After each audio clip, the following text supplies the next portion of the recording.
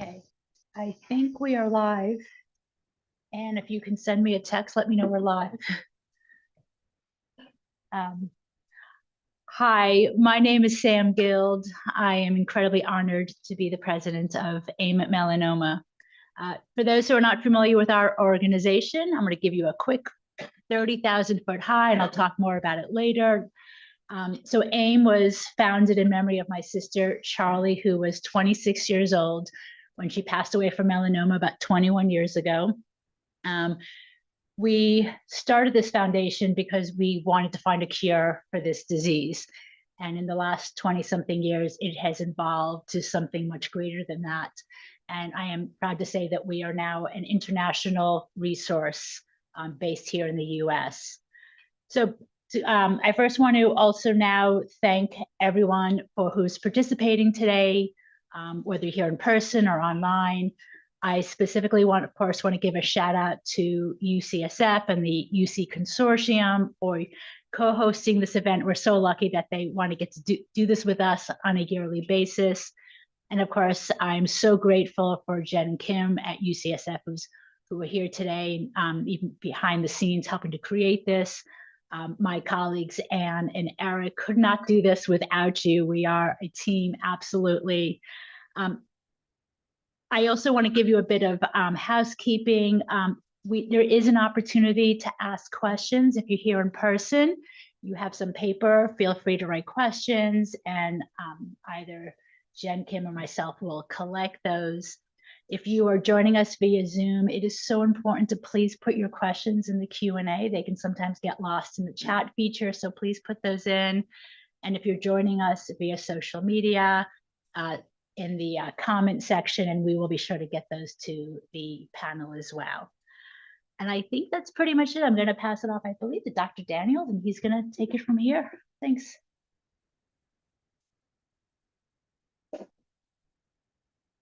Okay, thank you, Sam. And get up next slides. And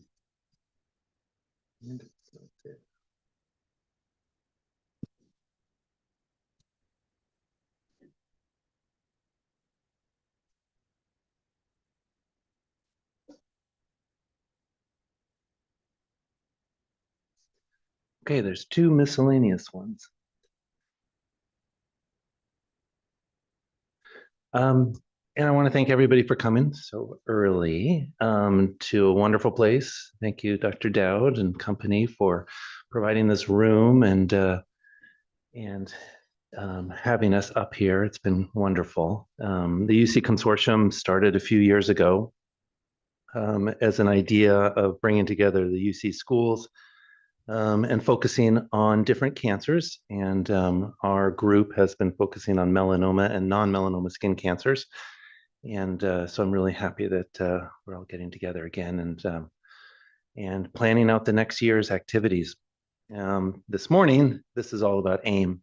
And Sam, and thank you for bringing us together, for doing this, and for all the years that you've done this. It's truly been, like you said, a family affair, and your mom was amazing. So I'm going to set the stage for the talks coming up, and just I want to tell the speakers that they're going to introduce the next speaker. I'm going to leave up the agenda here. So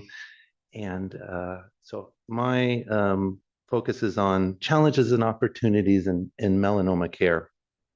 Well, the whole symposium is kind of looking at those ideas from novel ways of monitoring patients, novel combinations, trying to find the best and match therapy for that patient, because we do have a lot of tools. And so I'm not going to spill the beans ahead of time, but like I said, I just want to set the stage. Melanoma, the incidence is going up pretty dramatically. There are a few cancers out there like this, thyroid cancer, things like that. Others that we've made progress on, like lung cancer. You know, we know smoking causes most lung cancer, so don't smoke. Melanoma is going up in incidence. Thankfully, what this graph doesn't really show is that the mortality from melanoma has been going down. And some of that's just earlier detection, but a lot of it are the therapies you're going to hear about or maybe already know about for melanoma. But it is something that ultimately we have to figure out because treating melanoma at a later stage is not as good as actually just not getting melanoma. So hopefully more to come. Reflecting back on kind of where we're at and what we're doing, I thought it's good to think about, like I said, the incidence of melanoma 100 years ago was very small. In fact, some of the first cases were recognized as this cancer 200 years ago.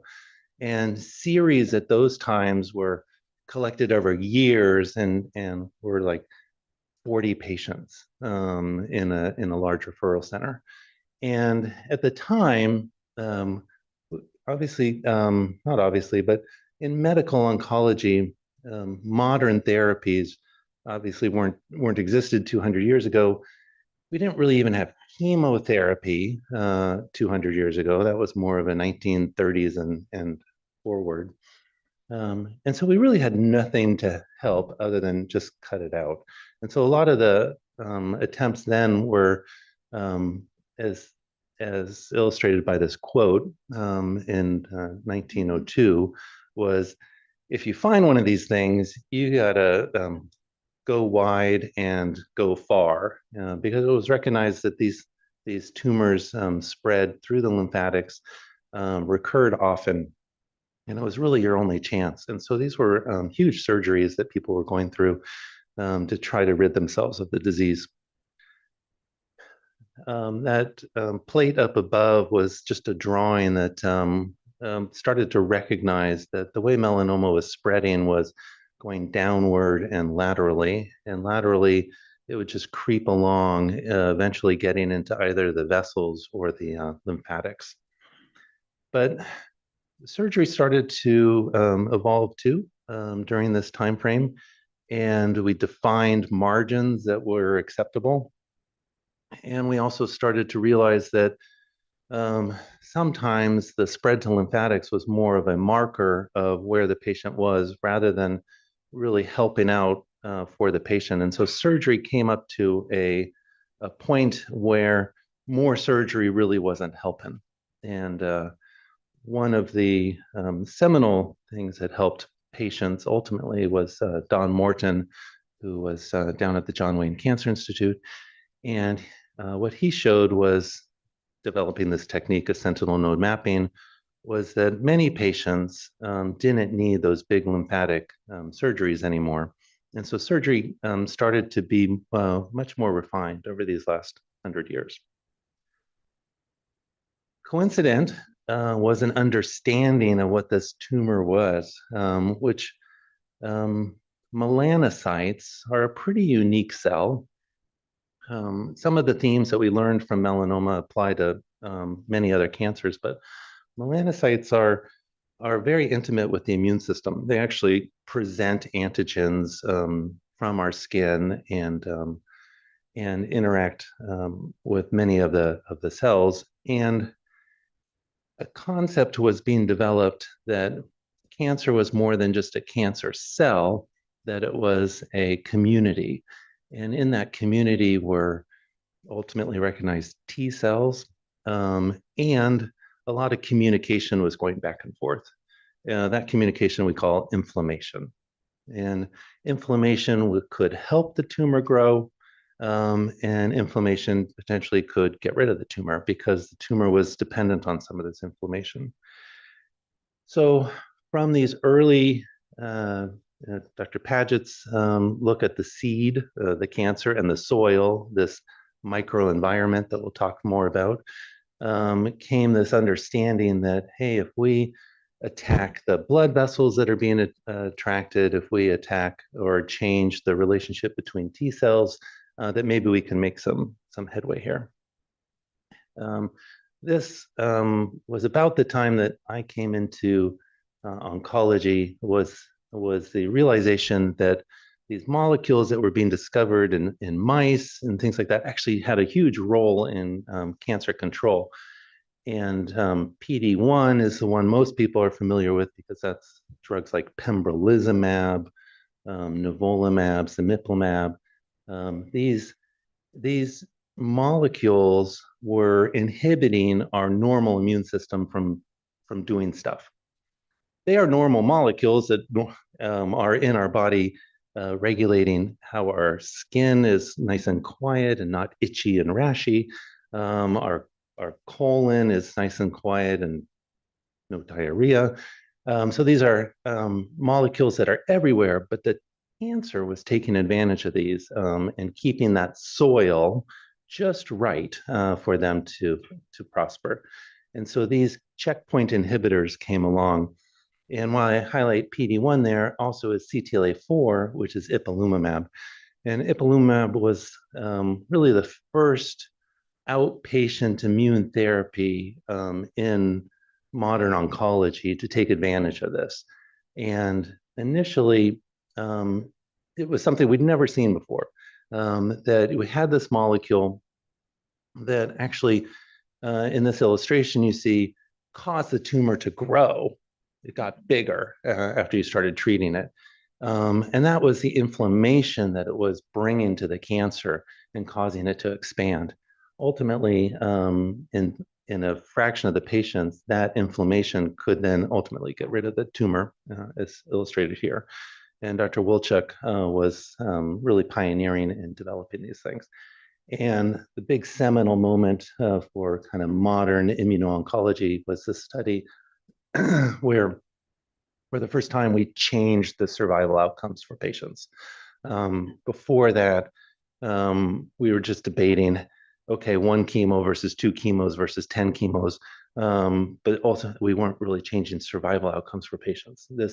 This curve shows that more patients are living longer.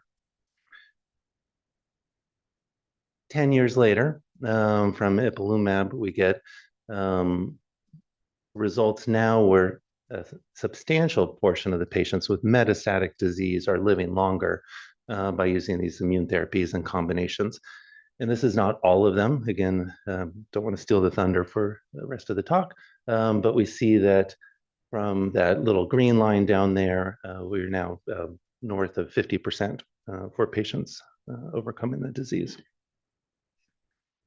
Well, I mentioned seed and soil. In that soil are those T cells, which you can influence with these checkpoints. Well, it doesn't work for everybody. So let's just take those T cells out and re-educate them, tell them exactly what to do. And so this was Steve Rosenberg's plan, where he looked at different sources for cells, ultimately found that lymphocytes that were in the tumor were already selected for being specific for the cancer. He would take those out, piss them off, grow them up to large quantities, and give them back to the patient.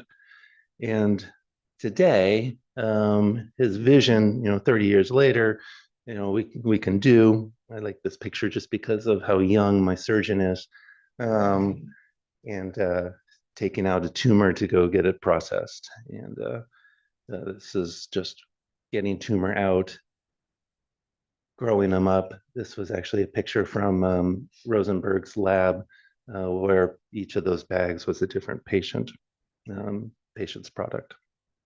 And by taking those cells out and re-educating them and giving them back in patients who had already progressed on everything that we had, we could see there were, again, a fraction of patients that could be salvaged this way. And so it's a big push right now, is to figure out how better to do this, how to do it more practically. And lastly, I'll mention targeted therapies. Targeted therapies are not immune therapies, even though Tony Rebus would say immune therapies are the best targeted therapy out there. These are molecules that interfere with that on switch that made that tumor or cancer cell grow. And in melanoma, we have BRAF as our target. In lung cancer, you have EGFR as a target, and there are many other ones. Some have medications and some don't. But this parallel train of therapies also showed dramatic responses. So no longer are we just using chemotherapies that may be very nonspecific and targeting the replication of cells, but this is actually getting at what is that change that made that cancer grow. In the bottom panel is a PET scan, if you're not familiar, showing a PET scan with many spots, and then a PET scan without spots. So another effective therapy came into being. That said, today's focus is the other 40%. What can we do? How can we target things better? How can we monitor it better? Where are we going now that we have all these tools? Some of which I just showed you, some I didn't. And pushing it up to where if somebody were to get melanoma, then what can we do? So with that, I will pass the baton to Dr. Chow, who's from UC Irvine and works with Dr. Vaidya to bring forward melanoma care down at UC Irvine. So welcome, Dr. Chow.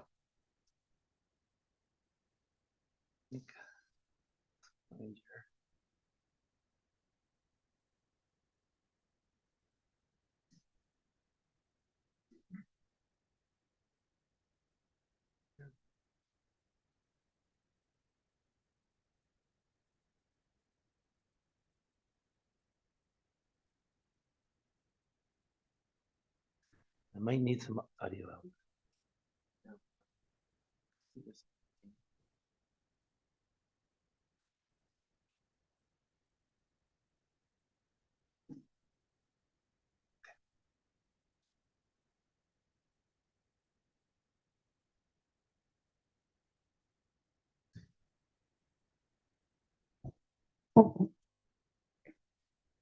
Thank you, Dr. Daniels, for the kind introduction. And again, thank you, AIM and Sam for having us and California Cancer Consortium. So today I'll be talking about a topic that I'm sure many of you have heard about, is called circulating tumor DNA or ctDNA. I always kind of like to introduce with a bit of humor. You can see a patient going to his doctor's office and says, high sodium, high cholesterol, lots of toxins. Your blood test is similar, remarkably similar to a potato chip. So somewhat like ctDNA, perhaps. So when we're in training, we're always told about what are prognostic versus predictive biomarkers. So prognostic means that it's about the inherent progression of the disease, regardless of the treatment. So these we've known for many years are prognostic markers for melanoma, and this is from the American Joint Committee on Cancer regarding localized melanoma, the depth of the tumor, whether there's a tumor ulceration on the surface, of course, where the lymph nodes are positive, and whether there are microsatellite or in-transit metastases on the skin.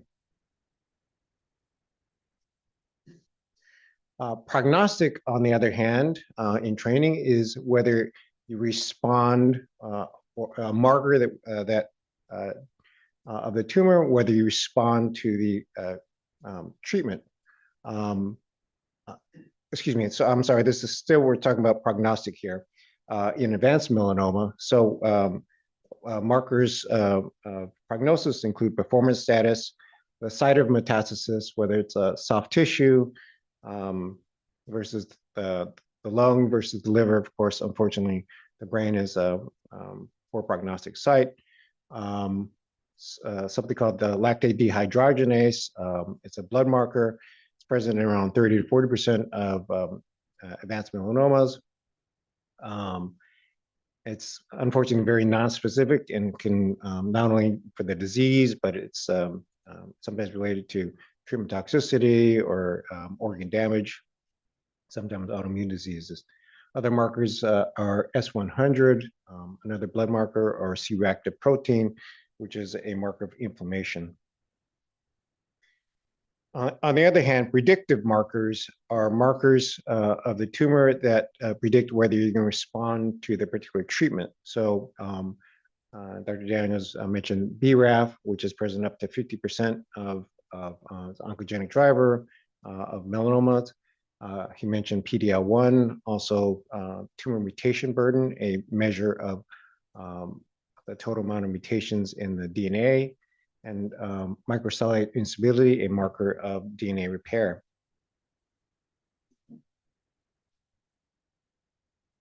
So, and more recently, this thing called circulating tumor DNA, circulating cell-free DNA is detected in the plasma. The DNA is released by cell necrosis, which is kind of like, or it's massive cell death, usually by some type of pathologic process. Apoptosis or programmed cell death, which is cell suicide. DNA is broken up into 180 base pairs. You can detect that in the blood. And secretion of cells that are phagocytized by macrophages, which are kind of our cellular vacuum cleaners. Healthy subjects average about 2 nanograms per milliliter of cell-free DNA. ctDNA, on the other hand, is derived from cancer cells. It's a subset of cell-free DNA. Again, it resides and is detected in the plasma. And the median concentration of circulating tumor DNA for patients with advanced melanoma is around 6 nanograms per mil, and it ranges between 2 and over 140. So this is kind of what it looks like. It's the liquid portion there in yellow. You can detect the mutations, chromosomal gene rearrangements, copy number alterations, whether the DNA is methylated or there's the methyl group added to the DNA. And you can also detect viral sequences in it for, say Merkel cell tumor. You can detect the polyoma virus. So how is it currently being investigated for early cancer detection, monitoring during neoadjuvant or adjuvant therapy, treatment response evaluation for patients with advanced metastatic disease, and early recurrence for detection.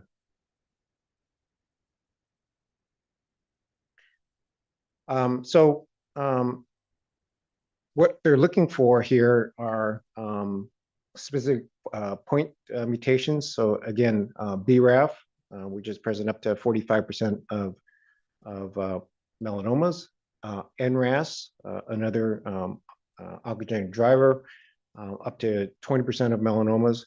KIT is between 5 and 10% of melanomas, but primarily in acromelanomas.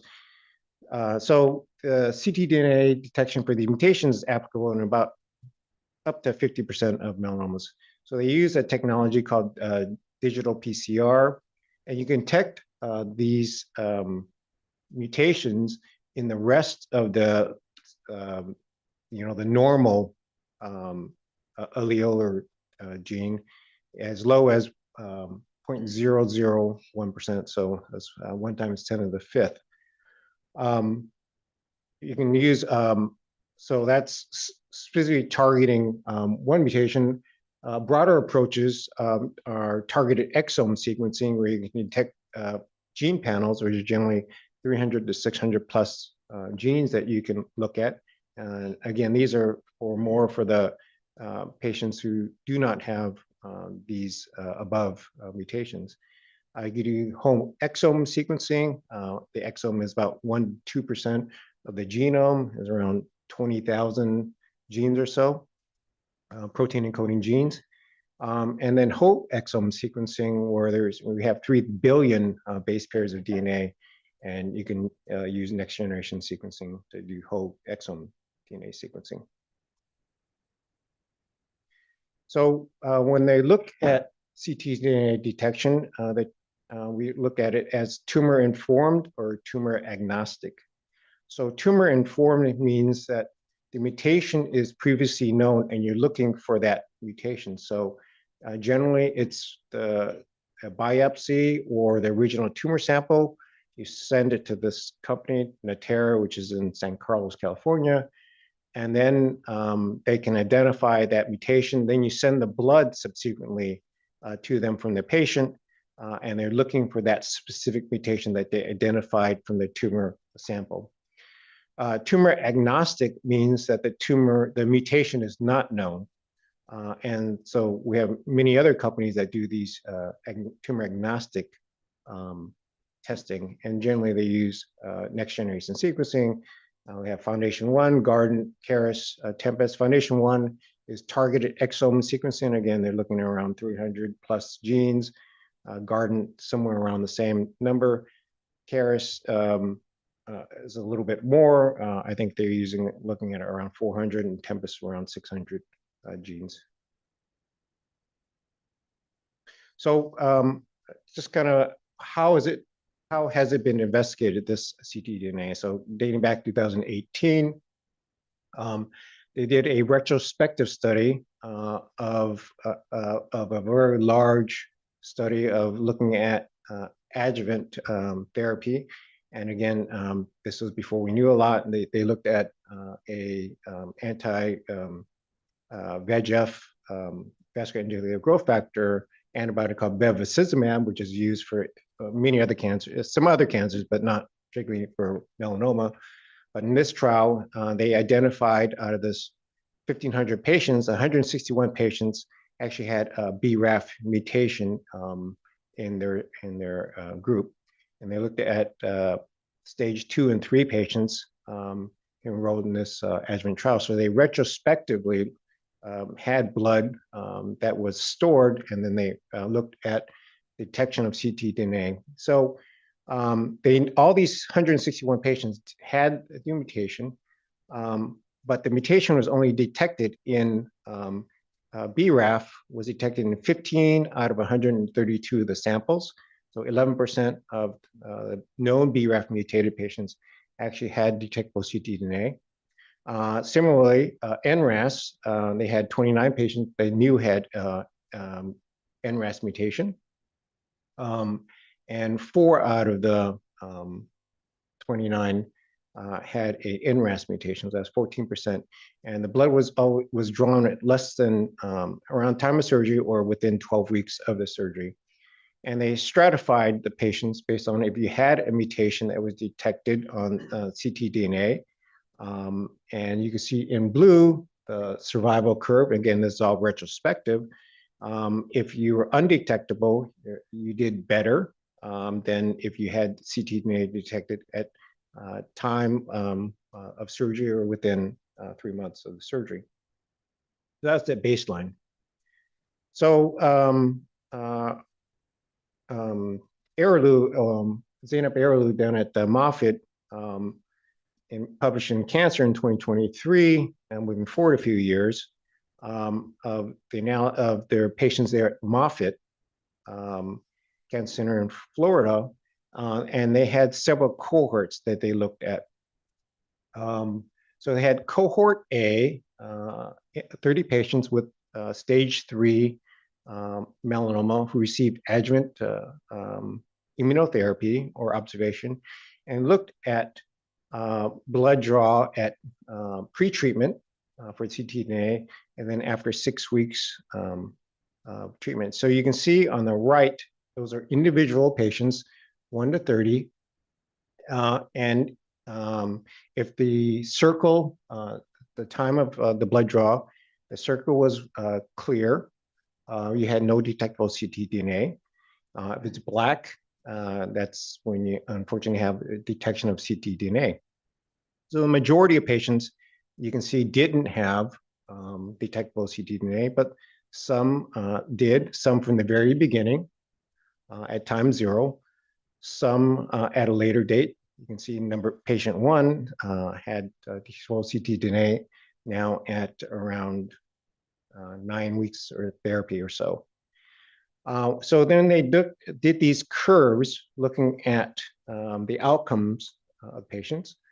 You can see that on top, on the curve on the left, that if you had a ctDNA that was negative and remained negative in blue, that's the reference, you did pretty well. If you had in green, if you had ctDNA which was positive at baseline and then became negative, you did fairly well as well. If you had a ctDNA positivity at baseline in red and it remained positive, unfortunately, that's a poor prognostic factor here.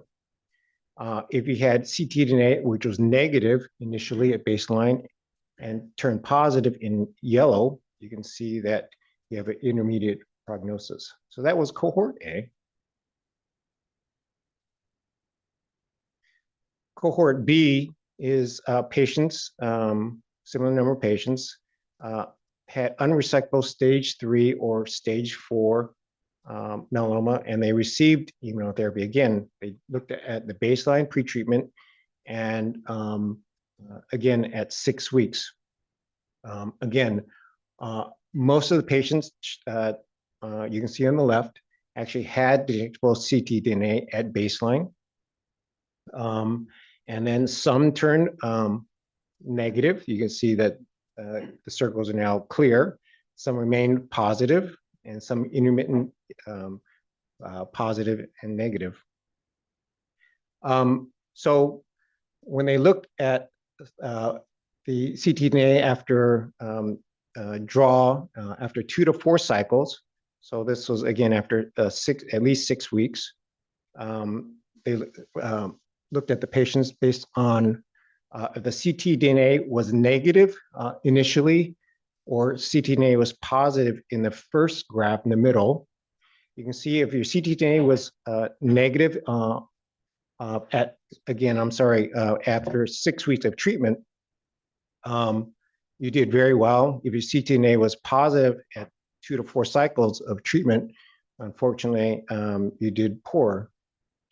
When they looked at the dynamics of the change, if the CT on the right hand curve, if you see the ctDNA was decreasing between 2 and they had several blood draws. If your ctDNA was decreasing, again, you did better in blue, but if your ctDNA was increasing, again, you did poor. And then they had a final cohort, a smaller number of patients, cohort C, and they only had 10 patients. These patients had stage 3 or 4 melanoma. They were treated with immunotherapy. They had a remission, and now they're in surveillance. So this, again, pre-treatment and then every 12 weeks. So again, most of these patients had completed therapy. There was no radiologic evidence of disease. So the 9 of the patients were ctDNA negative from the very beginning. You can see one patient, the 9th patient, was ctDNA positive even after radiologic complete remission, and stayed that way. One patient, the last patient, was negative and then turned positive. And when they looked at it, all the ctDNA negative patients remained progression-free at over 2 years, nearly 15 months. And the ctDNA patients who were positive, the last 2, experienced disease progression. So it all looks pretty good for ctDNA, at least till now. However, in 2022, a word of caution, and this is my last data slide, was from the British group. So they looked at correlating ctDNA with their standard of care, which was monitoring with a PET CT scan. So many of these were radiologists. This was kind of a radiology study. So they wanted to validate ctDNA versus our best test, which is a PET CT scan, a metabolic and functional and scan that looks at metabolic uptake in tumors. So they had 108 plasma samples from around 99 patients. They also had a validation cohort. So that was the retrospective part. They had a validation cohort of 6 metastatic melanoma patients who were then monitored prospectively to validate their retrospective analysis. So ctDNA was detected in 62% of the patients at time of disease progression. And for the 67 patients that responded to treatment, the mean ctDNA was at progression was higher than at time of response. Unfortunately, only 30 of these 67 patients, 45% of patients, had a statistically significant increase in the ctDNA. Okay, and then looking at this is the retrospective part, and then the validation part when they're prospectively following these patients. Of the 66 patients, 56% had a detection of ctDNA at time of progression, meaning that 44% ctDNA wasn't detected at time of progression. And then of these cases, only 2 showed a increased ctDNA prior to radiologic progression. So, so for these patients, the PET-CT scan was much more sensitive and specific for detection of recurrence. So these for these this group, it seemed that PET-CT scan was by far the best gold standard. And the results are and the conclusion was these results highlight the low efficacy of ctDNA to detect disease progression in melanoma when compared mainly to standard PET-CT imaging. So just a word of caution. So in summary, there are multiple ways to detect ctDNA. ctDNA may be a new prognostic feature. It may lead to early detection of recurrence or progression of disease, but larger prospective validation studies are needed. So my takeaway is that perhaps for patients with receiving preoperative immunotherapy or during postoperative adjuvant therapy, I think it may have some value for patients with advanced disease as trying to detect recurrence. I think that standard radiologic imaging is probably going to be better. So, thank you.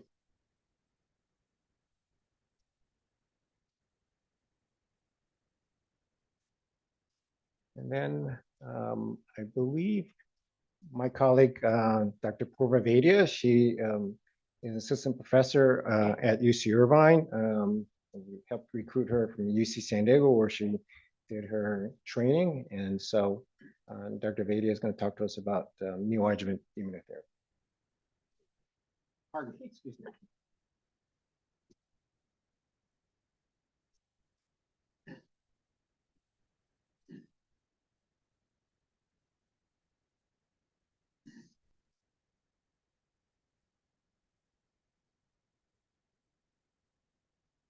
Okay, thank you, Dr. Chow. So yes, so my name is Purva Vaidya. I'm a medical oncologist over at UC Irvine, and I'm going to continue this morning's talk on targeted treatment in melanoma. So Dr. Daniels already introduced the concept to us earlier during his introductory presentation, and we're going to do a deeper dive. Before I get into the weeds of it, though, kind of wanted to start off with a little bit of a caveat. There are many therapies for melanoma right now in 2026. For advanced metastatic disease, immune checkpoint inhibitors are still the mainstay of treatment, but there are several reasons we can't use them long term. Melanoma might progress on immune checkpoint inhibitors, or perhaps a patient has comorbidities that make using it unsafe, or you could develop side effects that make it intolerable. And so targeted treatment is one alternative option, and we're going to talk about what that means and what's available right now and what research is on the horizon for it. So we're going to do a little bit of background on how cancer forms. So the basis of tumor formation is that cells in our bodies go rogue. They don't have regulation to divide and perform their functions properly, and they replicate in an uncontrolled manner and form a tumor. And this is due to intrinsic factors such as mutations, or it can be to extrinsic factors. So think about in melanoma, maybe UV exposure or kind of environmental factors of the immune system. And how that relates to mutations in our DNA is that, well, DNA is kind of the code of life. We all have our own unique DNA, and the code that it leads to is making proteins in our bodies. These proteins have lots of different functions. They work together in signaling pathways and allow our cells to function normally, execute what needs to be done. And part of this role is to keep cells in check. So when something's going wrong, these signaling pathways might indicate that cells need to die. Sometimes, though, when we have mutated genes, we create abnormal proteins or no proteins at all. And then what can happen is that cells lose their regulation and become tumor cells. And that's how mutations kind of work. So the idea of targeted treatment is that if all these proteins have malfunctioned in our bodies and are leading to unregulated growth, can we give treatments that target directly where the problem is? And so I think that's best depicted by the A on this figure, where a protein's going or a medication's going in and blocking a protein that might not be operating well in the body. So in melanoma, there are lots of mutations that have been identified that may have a role. The most common mutations, which Dr. Daniels mentioned, are the BRAF mutations. There's not only one type of BRAF mutation, there are several types of BRAF mutations, and I'll get into what that means. But otherwise, we also see something called NRAS mutations, which can be quite aggressive and found on chronically sun-exposed skin.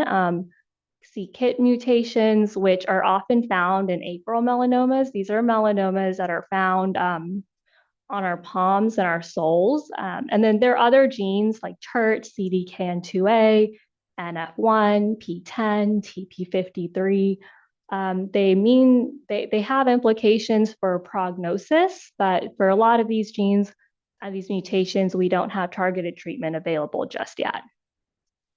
So we'll talk a little bit about BRAF mutations. So actionable BRAF, what we call class 1 mutations, they occur in about 40 to 50% of patients with melanoma. It's an acquired mutation. One of the first questions I get in my clinic, if I tell someone they have a BRAF mutation, is, can I pass this on to my kids? And no, it happens in areas where you have intermittent sun exposure. And there are a few other characteristics that are associated with them, such as younger age, specific types of melanoma, such as the superficial spreading or nodular melanoma, or if you have an occult primary melanoma, or as I mentioned, intermittently sun-exposed skin, so that can include your trunk. And they're part of this cascade called the RAS, RAF, MEK, ERK pathway of protein signaling within the cells. And to take I'm actually going to skip, I'll go back to the slide, but skipping ahead, if you just focus on the right, this pathway, it's essentially one protein after another activating each other. And if that process something goes wrong in it, we can have uncontrolled cell growth and a tumor can form. So these BRAF mutation kind of encodes for one protein in that. There are I mentioned earlier that there are different types of BRAF mutations. They're not all equal. The 40 to 50% really refers to these class 1 mutations. These are the V600 mutations, and they are what we call RAS-independent mutations. There are some more atypical mutations, the class 2 and the class 3. They work a little bit differently, and the specific types are listed down here. So if anyone has ever gotten a report kind of stating what mutations their melanoma harbors, they might say you have a BRAF mutation, but that's not necessarily a class 1 mutation. So how do we test for these? So there's several different ways to do it, and there's several different assays from different companies, but typically your oncologist will get next generation sequencing on your tissue from your biopsy or your surgery. There's also ways to do it with just like immunohistochemistry in the lab, kind of how the sequencing report works too, but then at least in my practice, I kind of just get it as a bundle. And this is an example of some reports spliced together, but this is just an example. So this report says that a patient has this BRAF V600E mutation, the class 1 mutation. It lists what therapies might be associated with it. In addition, I just want to draw attention that it lists other mutations to other biomarkers that might be present that we don't necessarily have therapies associated with. And this is a useful tool for oncologists and patients to kind of guide further therapy and talk about prognosis. So what can we do when someone does have an actionable BRAF mutation? So there are 3 combinations on the market of what we call BRAF and MEK inhibitors. And I just introduced a new word. So BRAF inhibitors are drugs that inhibit the BRAF protein, but we combine them actually with something else later on in the pathway. This is a MEK inhibitor. We do this after studies have shown 3 things. One, it has a more durable long-term response. 2, combining these helps prevent resistance to BRAF drugs.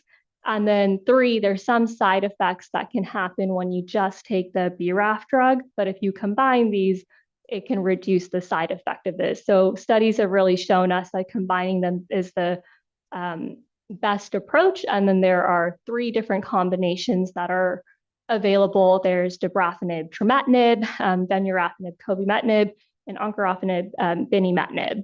So they're all slightly different in dosing and how what the toxicity profile is, but I'm going to keep things a little bit more general here and talking about the common side effects we see with them. And so these are pills, they're taken every day. And a lot of patients get fevers with them. So pyrexia is up there, that means fevers. You get fatigue and headaches, eye toxicity. So you need to see your ophthalmologist while you're on these.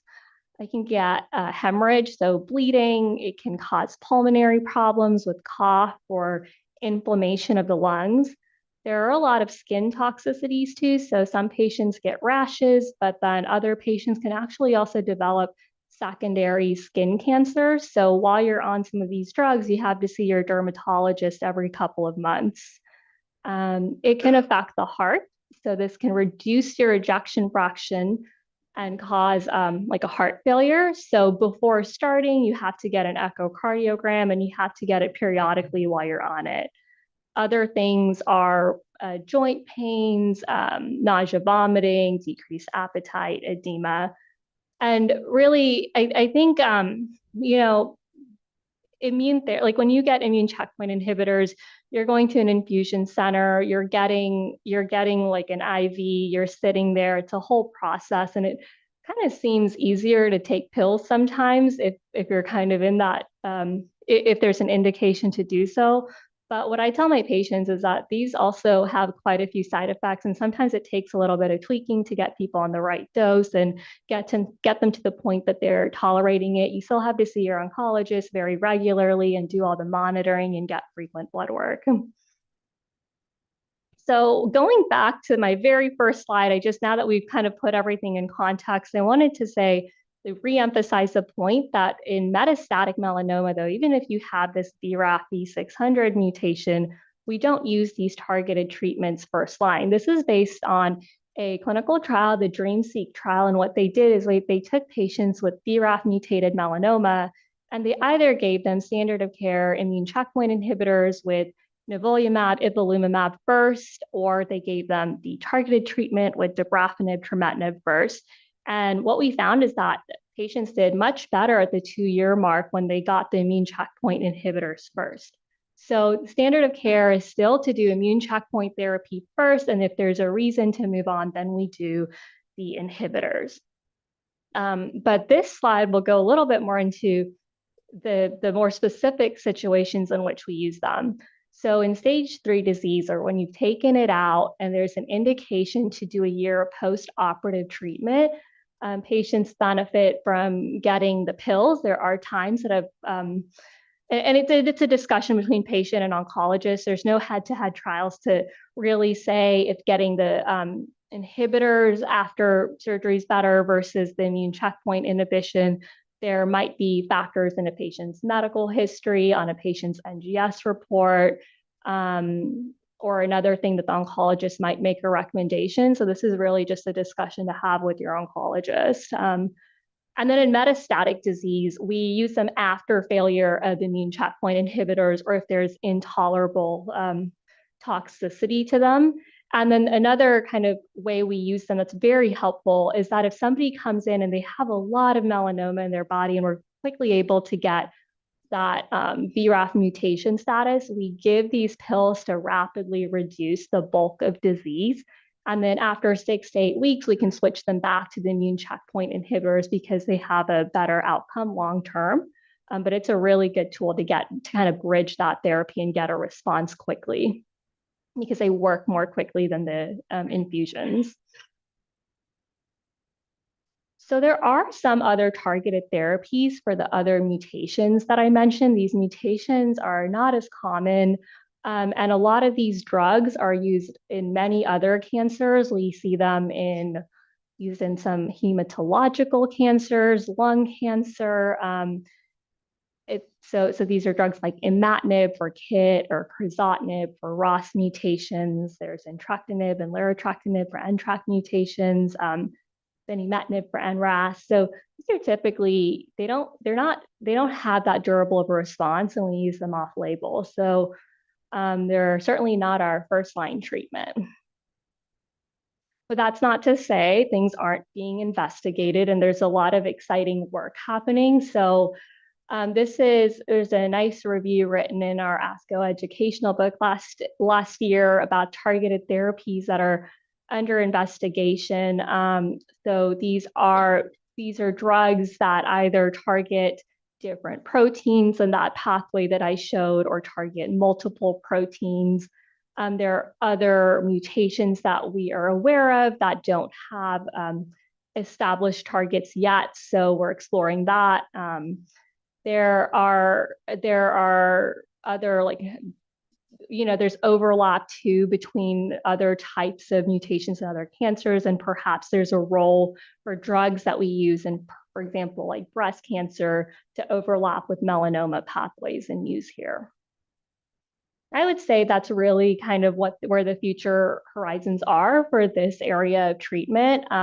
We need good targets for these atypical mutations, so the class 2 BRAF mutations, the class 3 BRAF mutations, also some of these less common mutations I've listed on my previous slides.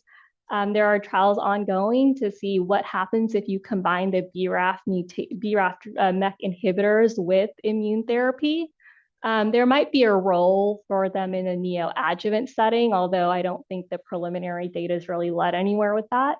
There's a role for it with brain metastases, and we're refining that.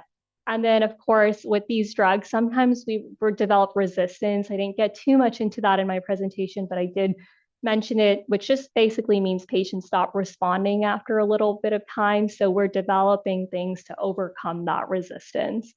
So I'm excited to see what's ahead for us. And I think we're going to take questions at the end, but thank you. And with that, I'll introduce my colleague, Dr. Amusikar from UCSF, and she's going to talk to you about the latest and greatest with early stage melanoma.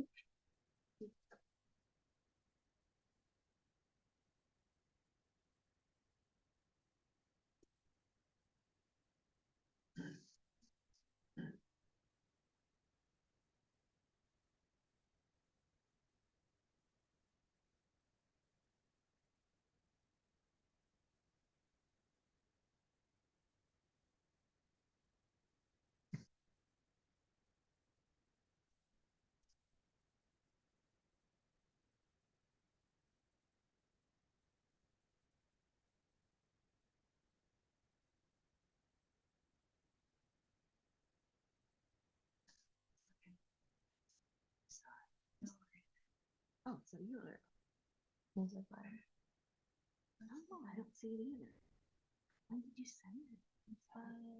Yesterday around 4 or 5 p.m.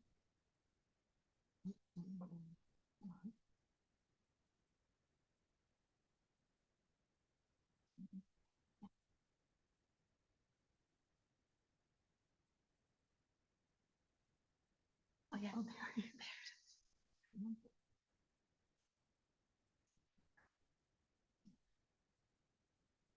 Let's see. Um,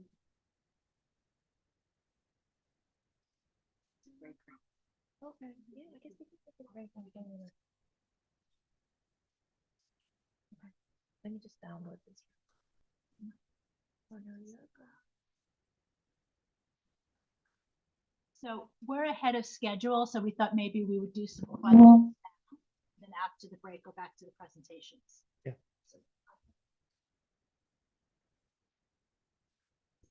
Okay. What do you got, Sam?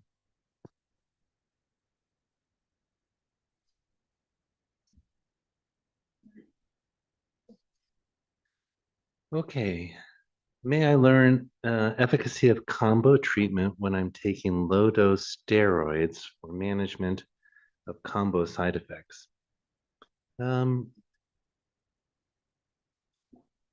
Yeah, Dr. Chow, why don't you come back up and get some opinions? Now it's always hard. These are specific questions, and so we'll try to answer them, but less specifically. And so I think Dr. Chow, sometimes patients have toxicities and they're on immune suppression. So toxicities from these checkpoint inhibitors, as I said, sometimes you get rashes, colitis, things like that. And we need to maintain some level of immune suppression. That's one scenario, I think. Another one is we might have affected the hormones in the body, and patients are on low-dose steroids now that we have to give to replace what's there. And so how do you handle those type of things in your practice when patients are on steroids? So sure. If you have severe, say, immune-related hepatitis, inflammation liver, or colitis, cramping and diarrhea, obviously you have to stop the immunotherapy and we start you on high doses of steroids, usually prednisone, and so you slowly taper them over, generally over 2 to 3 week period of time. And when you get your dose of prednisone down to around 10 milligrams or less, then you can resume your immunotherapy. So I think that's the question that was being asked. Sounds good.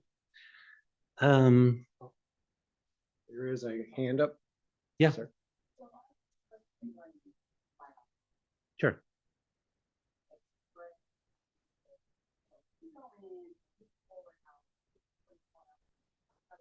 Mm-hmm.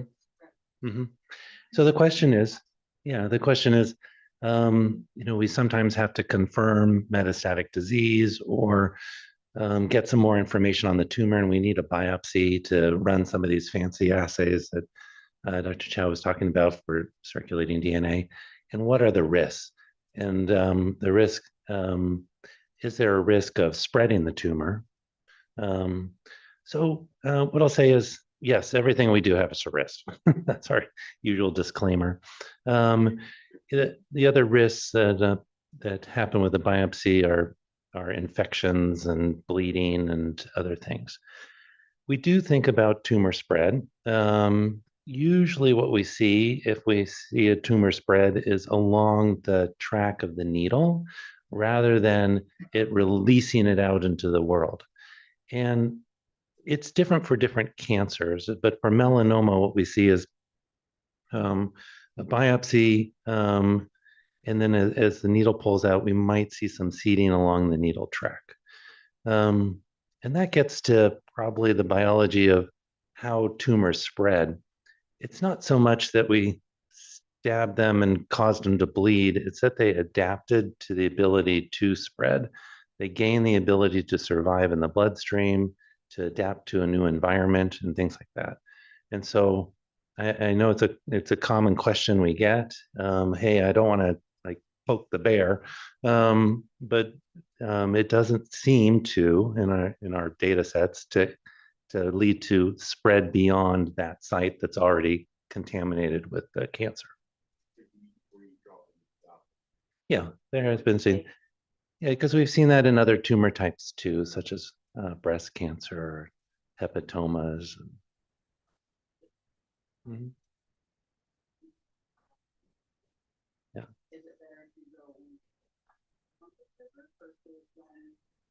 So a lot of times the techniques in interventional, they will put in a needle. That needle is actually in a sheath such that there's two like needles in a needle, and it goes into the tumor, and then you advance the biopsy needle, and then you bring it back into the sheath and pull the whole thing out. So specifically in a liver biopsy or melanoma, it's pretty rare that you would get seeding along that just because of the type of device that's used. Right? Sure. Okay, we're on to a tougher online question. What type of sunscreen should we use? I say that a little facetiously because it is a tough question, and I wish we had some of our dermatology colleagues here. Certainly many melanomas have a UV signature, right? UV signature means that they've had exposure to ultraviolet light, they've caused some of the mutations that we're battling against, and it just makes sense that if we lower that mutagen down. And how do we do that? Well, we don't go out and necessarily expose ourselves to tanning beds.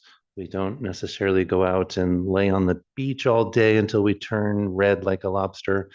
And so we do have some control over some of those, and also our clothing and other exposures. Yes, we also have control with sunscreen. And sunscreen is useful when you don't have the other options that I've listed. You just have to go skiing, and you are going to get exposed to high doses of UV light on your face. The best sunscreen is the one that you apply appropriately.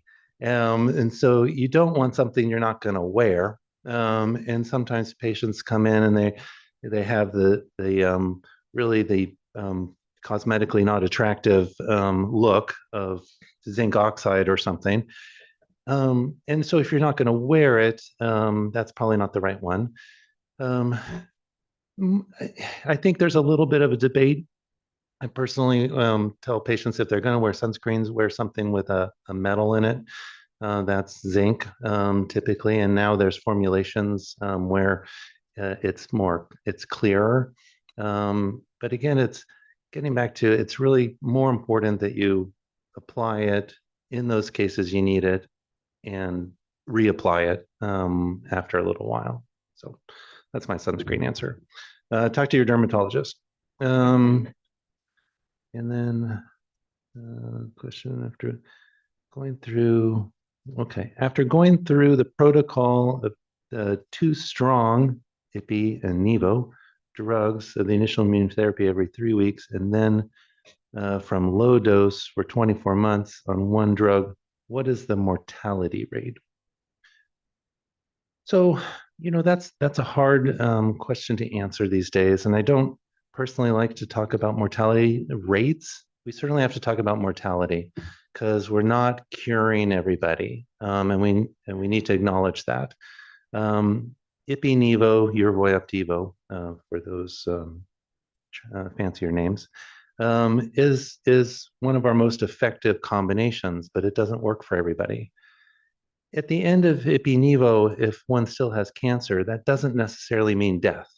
So as we'll talk more and more, there are other things coming out and other therapies such that if there's progression, maybe it's TILs, cell therapy, maybe it's a clinical trial, maybe it's a targeted therapy.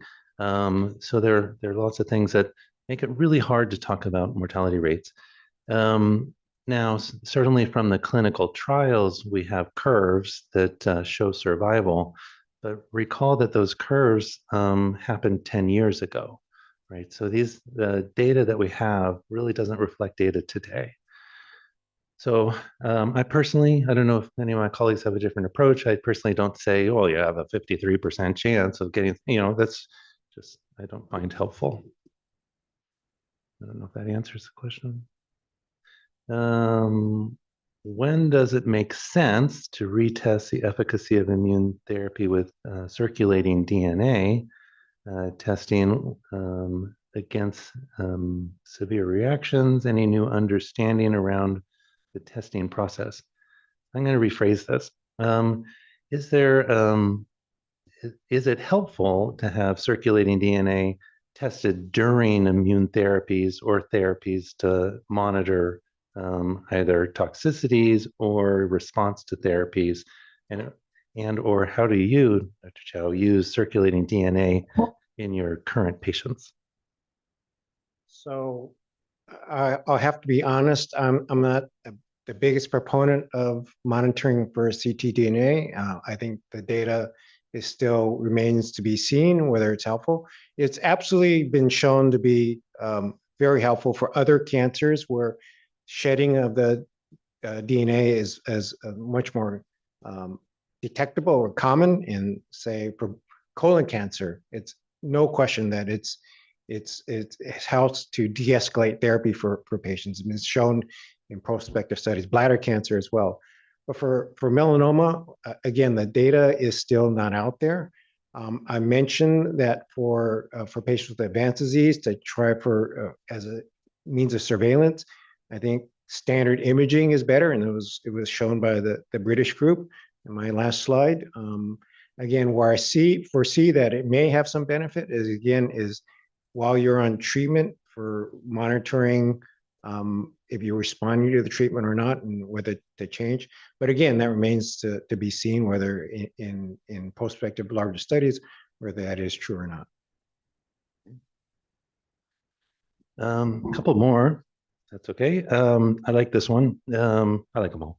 I was recently diagnosed with an early melanoma. Is there a test to help me determine if I am at high risk for having any melanoma come back? I would say go to the AIM website. There's links to brand new information that's curated and blogged.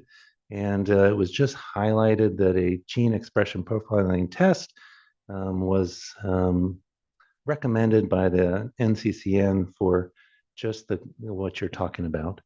Now, what I'm referring to is so historically for melanomas, we looked at the depth of invasion and some of those other risk factors that were outlined, ulceration, that are in these early stage melanomas. And it helped us think about how aggressive we should be about recommending additional therapies or monitoring.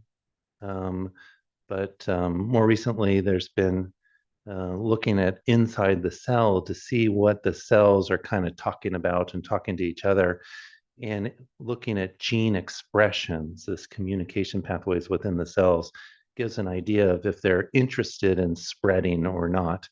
And so with that information, it'll start to be incorporated into how we monitor and manage patients. So again, if you want more information, go to AIM on the website, and they have a link. Came out 2 days ago. So my immune therapy caused pneumonitis. What are other options open to me if the melanoma recurs? So again, everybody's case is unique, and I would say talk to your oncologist. Pneumonitis is not an expected, but not an too uncommon issue with immune therapies, and it depends on which ones we're using.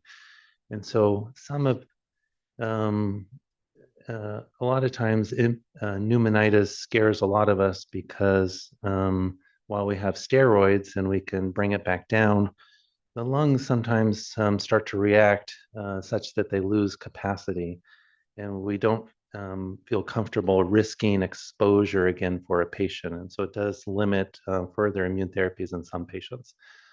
That said, our tools to combat some of these inflammatory pathways are improving. So push comes to shove, sometimes there are ways that we can reintroduce immune therapies. If not immune therapies, back to Dr. Vedia's targeted therapies. And last thing I'll say is sometimes when there's toxicities, there's actually good things that happen and the cancer goes away and we don't have to re-challenge.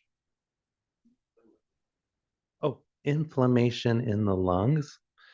All these checkpoints can cause inflammation in, like I said, the gut or the skin. We just put fancy terms on them like dermatitis, aka rash. Yeah. One more question. Okay. What is the state of individualized treatment for stage 4 melanoma unresponsive to initial PD-1? Individualized treatment. I'll just say that's the holy grail, to know what is the right treatment for the patients.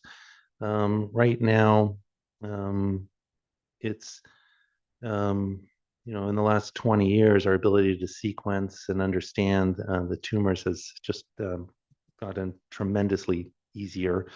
So we can do whole exome, which is understanding all the mutations in the tumor, expression patterns in the tumor, all those things. And that gives us some clue as to what immune therapies, but we're just not quite there yet where we know, okay, if this, then that, based on all those internals. I think that is coming with more technology, but some of it now is just based on experience of your oncologist. Okay, with that, we will take one more audience question.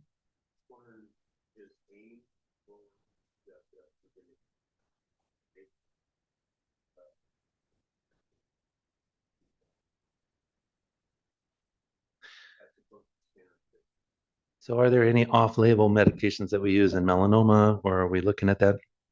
So off-label are FDA-approved medications that have an indication for something else that we might use in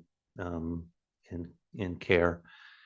And so yes and no. So many of the medications that Dr. Vaidya listed up there for targeted therapies, some of them are available in other cancers, but they're not approved in melanoma. So that would be an example of an off-label use. And in practice, it's uncommon. We prefer to do clinical trials than to do off-label uses, just because off-label uses are usually a one-off. And if it was a really great idea, probably should be in clinical trials anyways. But it occasionally happens where we might grab a drug that recently got approved in another indication and bring it into.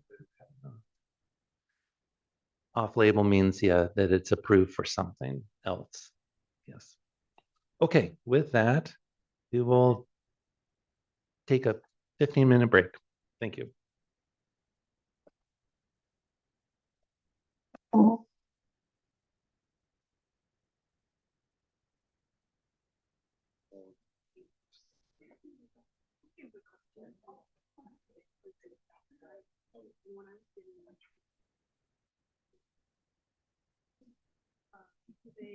They were saying how they were able to get a lot more information about individual lines, ctDNA and all of that stuff. So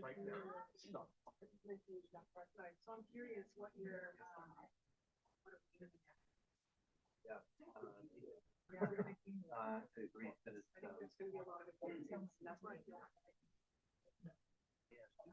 put it all together. Even taking all the clinical, I think it's not that like useful. Maybe the ratio of neutrophils to lymphocytes. I think it's important that we ignore a little bit of that integrate in with the we just got to the response in the blood after the first cycle.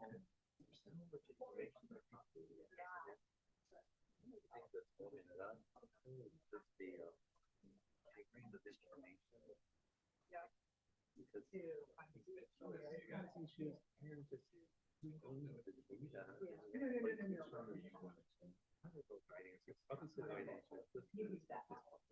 Yeah.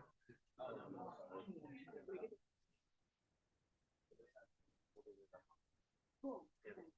It'll happen. Yeah.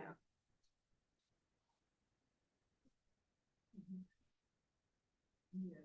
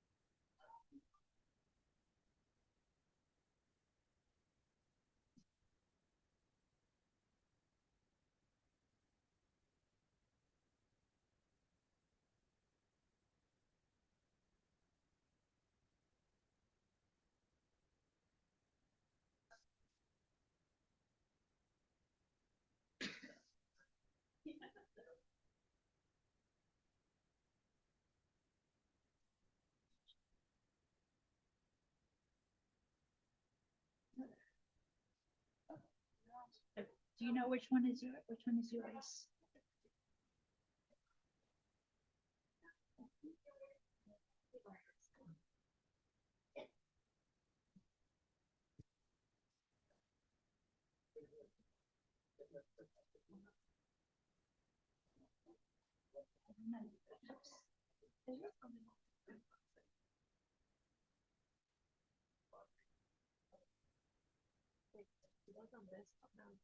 Is it on?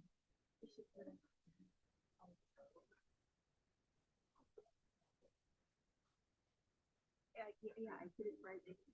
Yeah, that's right. The point is right. Point to it. I'm like, I'm not crazy. Oops.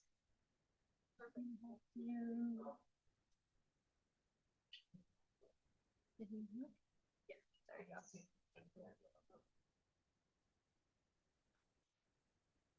Okay.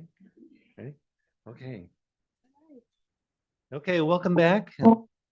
Hopefully everybody got their coffee and online. We're back up and running. So we're switching gears and going into clinical trials. Right. Thank you, Dr. Daniels. And good morning, everyone. I want to say a special thank you to all of our patients who've joined us here either in person or virtually. My name is Afsana Muzagar. I'm a medical oncologist here at UC San Francisco. And today I'll be talking about early stage melanoma. So I like to start by highlighting really the evolving landscape of melanoma treatment. This slide here shows the number of therapies that have been approved over the past 15 years for treatment of advanced melanoma. So ipilimumab was the first immunotherapy agent approved in 2011, and since then we've had a dozen more agents approved, with the most recent approval in 2024 being the personalized cellular therapy, lifileucel. And really, this speaks to the evolving nature of our field. We have so many other new therapies in development. And it was the success of these agents in the advanced setting that became the premise of these agents being studied in early stage melanoma, which is what my presentation is going to be on today. So as it has been mentioned before, one of the key therapies that really reshaped melanoma treatment is immune checkpoint inhibition. These therapies essentially work by releasing the brakes on the immune system. So melanoma cells, they often use checkpoint pathways to suppress the immune system and basically evade being attacked.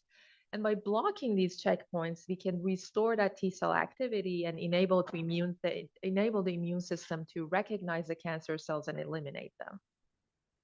And here I've highlighted the three main checkpoints that we have in clinical practice, and we currently target PD-1 being targeted by drugs like pembrolizumab, nivolumab, CTLA-4, for which we have the drug ipilimumab. And newer checkpoints, we have the combination of nivolumab and relatlimab, which targets PD-1 and LAG-3. So for the purposes of today's talk, I'll be focusing on early stage melanoma, including stage 2 and stage 3 disease. So when we talk about stage 2 melanoma, that refers to clinically localized disease where the primary tumor is basically confined to where it originated. In stage 3 disease, what we see is regionally metastatic disease. That could be involvement of regional lymph nodes. It can be detected microscopically on a sentinel lymph node biopsy, or it can present as clinically palpable lymphadenopathy. We can sometimes have cutaneous metastasis with satellite lesions developing, which are lesions that develop in proximity to the primary lesion, or in transit lesions where metastasis develop along the lymphatic pathway. This slide here highlights the prognosis of patients with stage 2 melanoma. Although stage 2 disease is localized, patients with certain subtypes of stage 2, including 2B and 2C, and these are patients who have thicker primary tumors, they are at higher risk of melanoma-specific mortality and recurrence. And because of this high risk, there was rationale to study the role of adjuvant therapies, treatments that we give after the tumor has been resected. And that led to FDA approval of 2 adjuvant immunotherapies for this purpose, pembrolizumab, which was approved in 2021, and nivolumab, which was approved in 2023. So now reviewing the trials that led to these approvals, we have Keynote 716 trial. So this trial looked at basically patients were randomized to receive either 1 year of adjuvant pembrolizumab versus placebo. And these were patients who had resected stage 2B and 2C melanoma. Looking at the outcomes of these patients, the primary endpoint here was relapse-free survival, how long our patients are without recurrence and relapse. So we see here that 1 year, patients who received 1 year of adjuvant pembrolizumab had about, I would say, 40% reduction in the risk of recurrence, and they also had about the same 40% reduction in risk of developing distant metastasis. This treatment was overall well tolerated. Looking at the incidence of immune-related adverse events, about 16% of patients treated with pembrolizumab developed these side effects. And although we don't have any data showing whether this treatment helps patients live longer, based on the benefits that we saw in reducing the risk of recurrence and reducing the risk of distant metastasis, this agent has now FDA approval for stage 2B and 2C melanoma. Similarly, we have the Checkmate 76K trial, which looked at another PD-1 inhibitor, nivolumab. So basically, again, patients were randomized to receive either 1 year of adjuvant nivolumab versus placebo. These were, again, patients with resected stage 2B and 2C melanoma. And we see similar efficacy here, about a 40% reduction in risk of recurrence and risk of distant metastasis at 3 years of follow-up in patients who received 1 year of adjuvant nivolumab. The safety profile for nivolumab is pretty similar to what we see with pembrolizumab. So this is, again, another agent that was approved for stage 2B and 2C melanoma in 2023. So the data is promising, it's interesting. So an important question that comes up is that should all patients with stage 2B and 2C melanoma receive adjuvant immunotherapy? And the answer is quite nuanced. Although we see this 40% reduction in the risk, the absolute relapse-free survival benefit at 3 years is somewhere around 10%. And the absolute benefit that we get in distant metastasis-free survival is more modest, somewhere around 5 to 10%. That benefit really needs to be weighed against potential for immune-related toxicities and the fact that we don't have any reported overall survival data. So that is to say, adjuvant immunotherapy in stage 2B, 2C is not a one-size-fits-all decision. It does require shared decision-making between oncologists and patients. Now shifting here to adjuvant systemic therapy in resected stage 3 melanoma. We see here on the left side the survival curves for patients with different subtypes of stage 3. You see here that the risk of mortality seems to be more heterogeneous in patients with stage 3. Patients who have stage 3C and 3D, which basically translates to more extensive lymphadenopathy, they tend to have less favorable outcomes to patients who have earlier substages like stage 3A. And because of this high risk of recurrence, multiple adjuvant therapies have been studied in stage 3 melanoma. We have immune checkpoint inhibitors that are approved for adjuvant therapy, as well as BRAF/MEK targeted therapies for patients who have the BRAF V600 mutation. Now I'll be reviewing the trials that led to these approvals. So Checkmate 238 gives us some of the most mature long-term data that we have for adjuvant immunotherapy in melanoma. So in this study, basically patients were randomized to receive either 1 year of adjuvant nivolumab versus 1 year of the anti-CTLA-4 drug ipilimumab. And these were patients who had already went through resection of their stage 3 disease, or there were also patients who had stage 4 disease that were resectable who were enrolled in this trial. And what we see here at 9 years of follow-up, we see a durable benefit in both recurrence-free and distant metastasis-free survival. There is about 20 to 25% reduction in risk of recurrence and distant metastasis in these patients. And it's very interesting to see that adjuvant PD-1 therapy can actually lead to long-term disease control, as we see from this 9-year follow-up data. When looking at the overall survival from the same trial, the picture seems to be a little bit more nuanced. Although we see this durable improvement in recurrence-free survival and distant metastasis-free survival, there is no significant difference between these two agents in terms of overall survival benefit. That said, there are safety differences. So when we look at the incidence of high-grade immune-related adverse events and the discontinuation rates because of these toxicities, ipilimumab is a little bit harder to tolerate for patients. There is a clear difference. Nivolumab has a more acceptable safety profile. So because of this, the fact that you do see this durable disease control with nivolumab and it has a more acceptable safety profile, it's one of the preferred adjuvant PD-1 agents that we use in patients with resected stage 3 disease. Now moving to the Keynote 054 trial, this trial basically looked at another PD-1 agent, the effect of adjuvant pembrolizumab versus placebo for a duration of 1 year, again, looking at patients with stage 3 disease. And we have 7-year follow-up data for this trial, in which we see a continued durable benefit, both in terms of recurrence-free survival and distant metastasis-free survival. There seems to be somewhere around 40 to 50% reduction in risk of recurrence or death in patients who receive 1 year of adjuvant pembrolizumab. For this trial, the overall survival data is still maturing, so we are hopeful to see some data later this year. Going to targeted therapies, as Dr. Vidya had talked about this. So for patients with BRAF V600 mutation, we also have targeted therapy in the adjuvant setting as an alternative strategy. This was studied in the COMBI-AD trial, which looked at 1 year of combination of BRAF/MEK inhibitors, dabrafenib plus trametinib versus placebo, and looking at patients with resected stage 3 disease. And looking at 10-year data for this trial, we continue to see a durable improvement in both recurrence-free survival and distant metastasis-free survival. The benefit that we see is somewhere around 40 to 50%, so similar to what we see with adjuvant PD-1 inhibitors.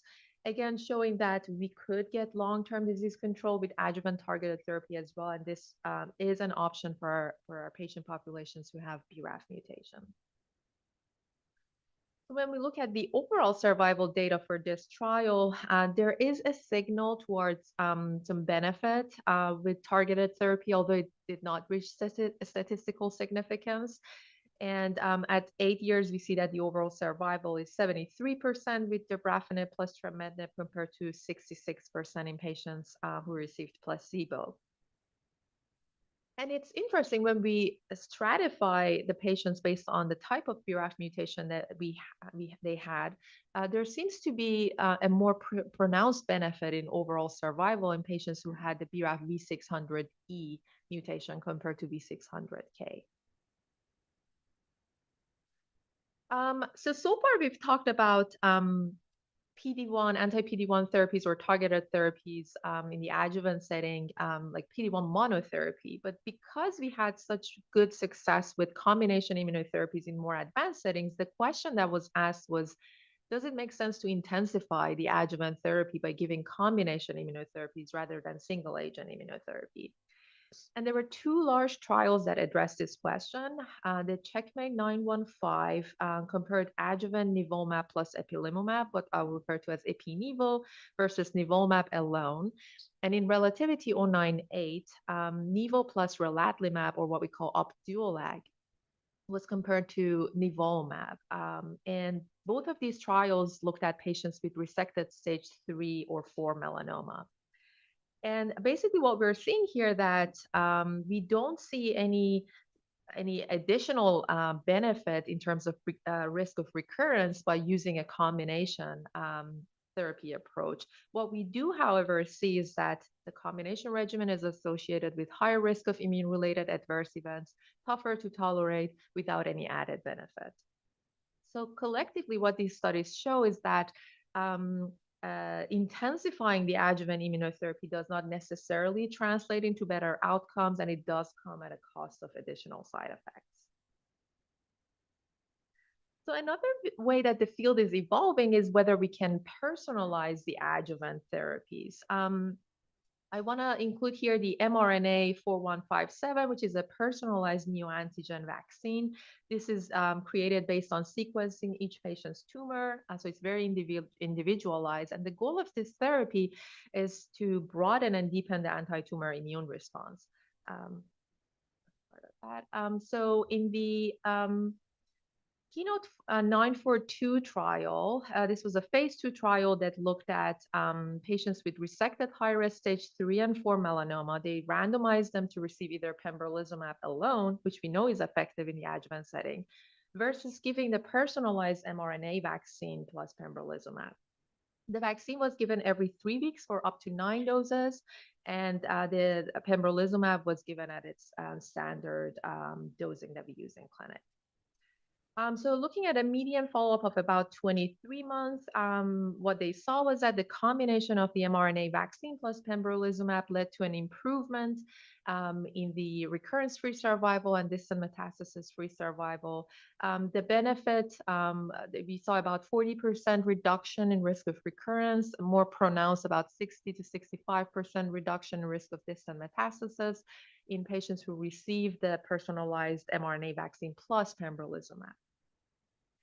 So very interesting data. There was no significant additional adverse events in the combination approach.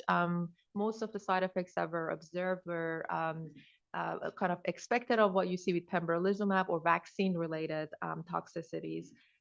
There is a phase 3 trial that is ongoing that is looking at this approach in a larger population. So hopefully we'll have that result soon. So now shifting to patients who have clinically positive stage 3 disease. So these are patients who either have clinically detectable palpable lymph nodes or they have lymphadenopathy found on imaging. So there is a shift in our field in terms of how we treat these patients and treatment sequencing. So traditionally, how we treat these patients were very similar to resected stage 3 disease. Do surgery first and give adjuvant therapy.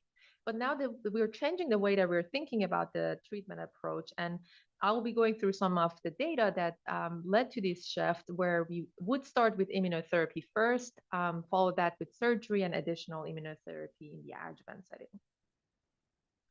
So there are several biological reasons as to why we would do neoadjuvant immunotherapy.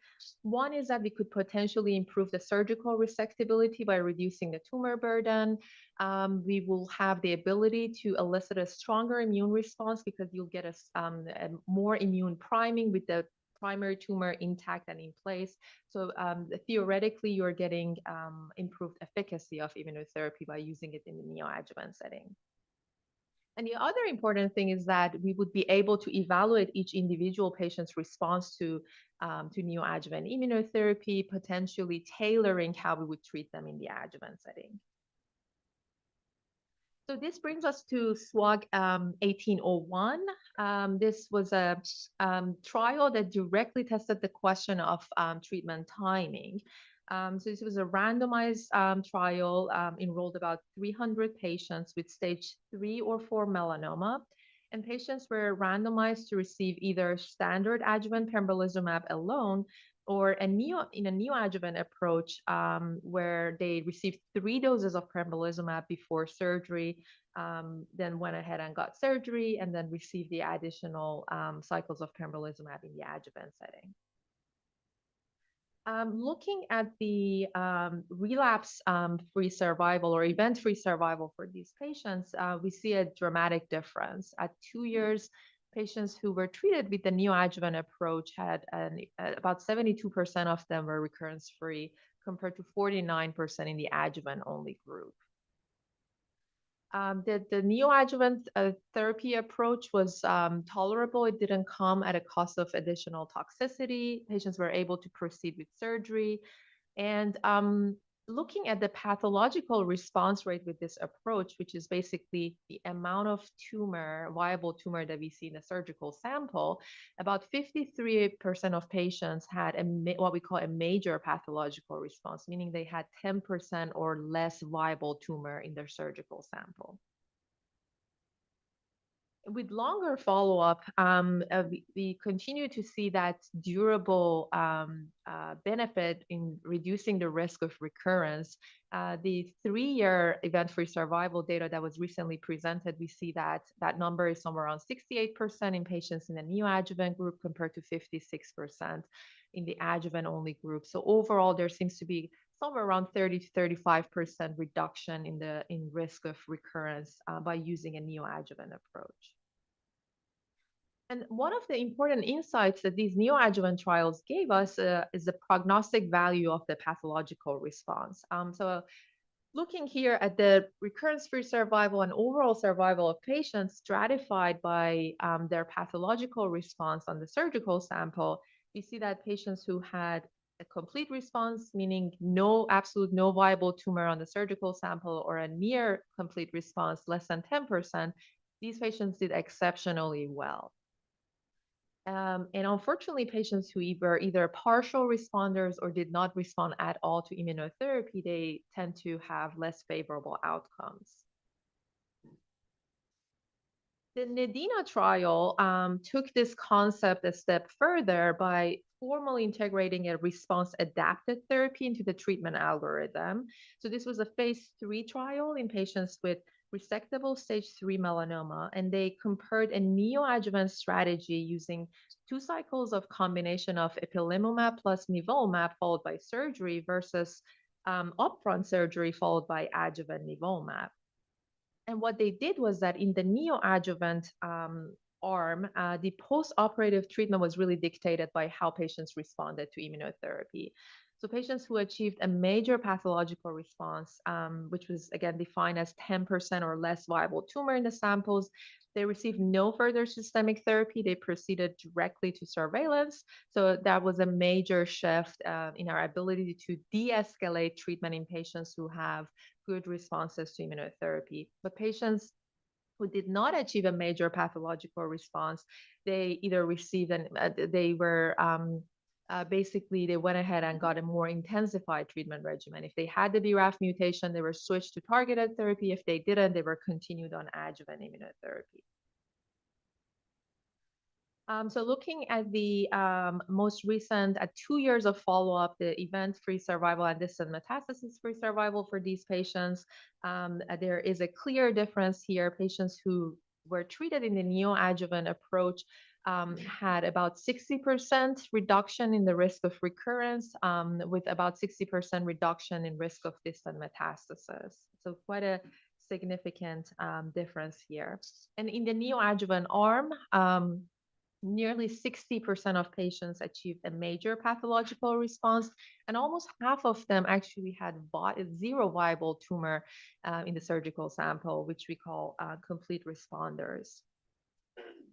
At the same time, what we see is that about a quarter of patients had a pathological non-response. And this is really important. This identifies that specific subgroup of patients who may benefit from treatment intensification. And what this really highlights is that the value of neoadjuvant therapy is not only as a treatment, but also as a biological test that really informs how we subsequently manage these patients. Looking at the outcomes of the patients in the NADINA trial by their pathological response, we again see here patients who achieve a pathological complete response do exceptionally well. At 2 years, the recurrence-free survival in these patients is more than 95%. Even patients who have a pathological near response, they have really good outcomes. And again, what we see here, similar to the results of the SWOG 1801, patients who had a partial response have intermediate outcomes, and those who did not actually respond to immunotherapy have worse prognosis. And their 2-year relapse-free survival are somewhere around 50%. So really, the key takeaway here is that the pathological response that we use in these trials is not just a descriptive endpoint. It's actually a prognostic marker that identifies patients who may benefit from intensified treatment and patients who may actually be safely de-escalated in the adjuvant setting. So here as my last slide, to summarize, resected stage 3 melanoma, we now have multiple FDA-approved adjuvant options. We have PD-1 inhibitors, BRAF/MEK targeted therapy. We saw that they reduced the risk of recurrence by somewhere around 40%. The overall survival results for a lot of these trials are still pending. We talked about making the adjuvant therapy a little bit more intensive, personalized by combining the mRNA vaccine plus pembrolizumab. So the phase 3 trial for this concept is in progress, and we hope to have the results of that soon. In terms of patients with clinically node-positive stage 3 disease, we talked about how the paradigm has clearly shifted towards a neoadjuvant approach. We saw that neoadjuvant therapy has the ability to elicit a stronger immune response. It gives us the ability to potentially de-escalate adjuvant therapy in patients who have a major pathological response to treatment. Having said that, there are still questions that remain. Which neoadjuvant regimen is better? We don't currently have any head-to-head comparisons. And finally, we do have a robust pipeline of agents that are, again, being studied in the neoadjuvant setting. We have new checkpoint combinations, intratumoral therapies, TLR agonists, and personalized vaccines, showing that the early stage melanoma is still a field of interest and remains an area of active investigation. And with that, I want to thank you for your attention, and I will pass it on to my dear colleague, Dr. Derek Tao, who will be talking about the pivotal trials in late-stage melanoma.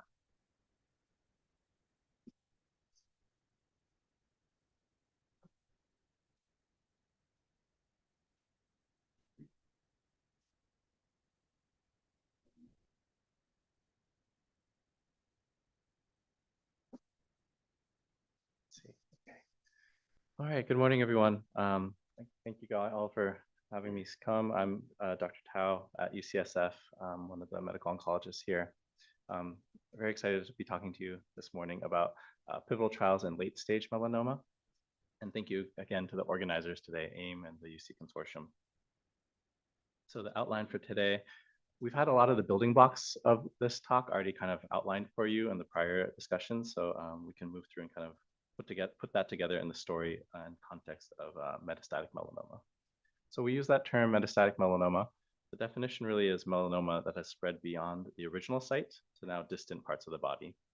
And that's in contrast to earlier stages of melanoma outlined by Dr. Muzagar.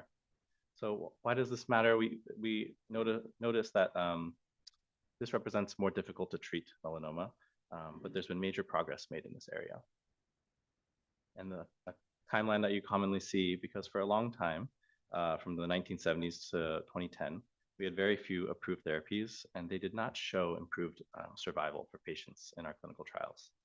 But since 2011, you see that we've had 17 approvals in about 15 years or so. Some not shown on this graph as well. And the standard treatment approaches can be categorized for melanoma. They'll be the first focus of this talk on checkpoint inhibitors, which you've heard about, in immunotherapy. These can be towards anti-PD-1 therapies, anti-CTLA-4 therapies, as well as anti-LAG-3. And then we've had a talk on targeted therapies, primarily focused on those that have a BRAF mutation. So we've touched a bit on how immunotherapy works. Again, as a refresher, on the left, we're seeing that these T cells, which are essentially the soldier cells of our immune system that fight cancer, they can be blocked and become inactivated when CTLA-4 is signaled. But if you block the CTLA-4 signal, these T cells can remain active. And then in the middle and in the right, we see cancer cells being shut down as these T cells bind PD-1 and LAG-3. So again, by blocking these signals, we can keep the cancer or T cells active to fight cancer. And so on the left was one of the first studies to show that we could help melanoma patients live longer. And this is represented by overall survival shown on the left axis, on the y-axis. And so this study used ipilimumab and treated patients in early 2000s. And on the right is a study from several years later, Checkmate 067. And the bottom black curve on that is the same ipilimumab treatment. And then we tested another immunotherapy called nivolumab, and that's in the middle in green, which is effective on its own. But then the combination is that top curve in kind of that reddish orange color. And that's a combination of ipilimumab and nivolumab. And that's become kind of regarded as one of the most powerful immunotherapy combinations we have. And so immunotherapies overall are very tolerable, but there are important side effects that are related to essentially inflammation that can happen across any part of the body. So we really have to take into account many factors as we consider the right treatment for a patient and what immunotherapies to use. We have to account for the patient's medical history, overall condition, their goals, consider other factors related to the disease itself and the cancer biology. And so kind of building out our armamentarium of therapies in the immunotherapy space, the newest development has been this combination therapy that uses nivolumab and relatlimab. We refer to it as Opdualag. And it shows effectiveness compared to nivolumab alone. So you're seeing the combination here in the light blue curve above, and then the nivolumab single medication in green. But the other thing to notice is that along with its effectiveness, it has in that red box showing 22% rate of serious adverse events. And that's, while it's more than the 12% with nivolumab alone, it's much less than what we see from Ipi-Nivo, which I talked about earlier. We often see around 50% of serious grade 3 or 4 side effects with that combination. So it's given us more options to try to personalize the right balance between effectiveness and tolerability for our patients. An important thing to discuss for advanced stage melanoma is the presence of brain metastases.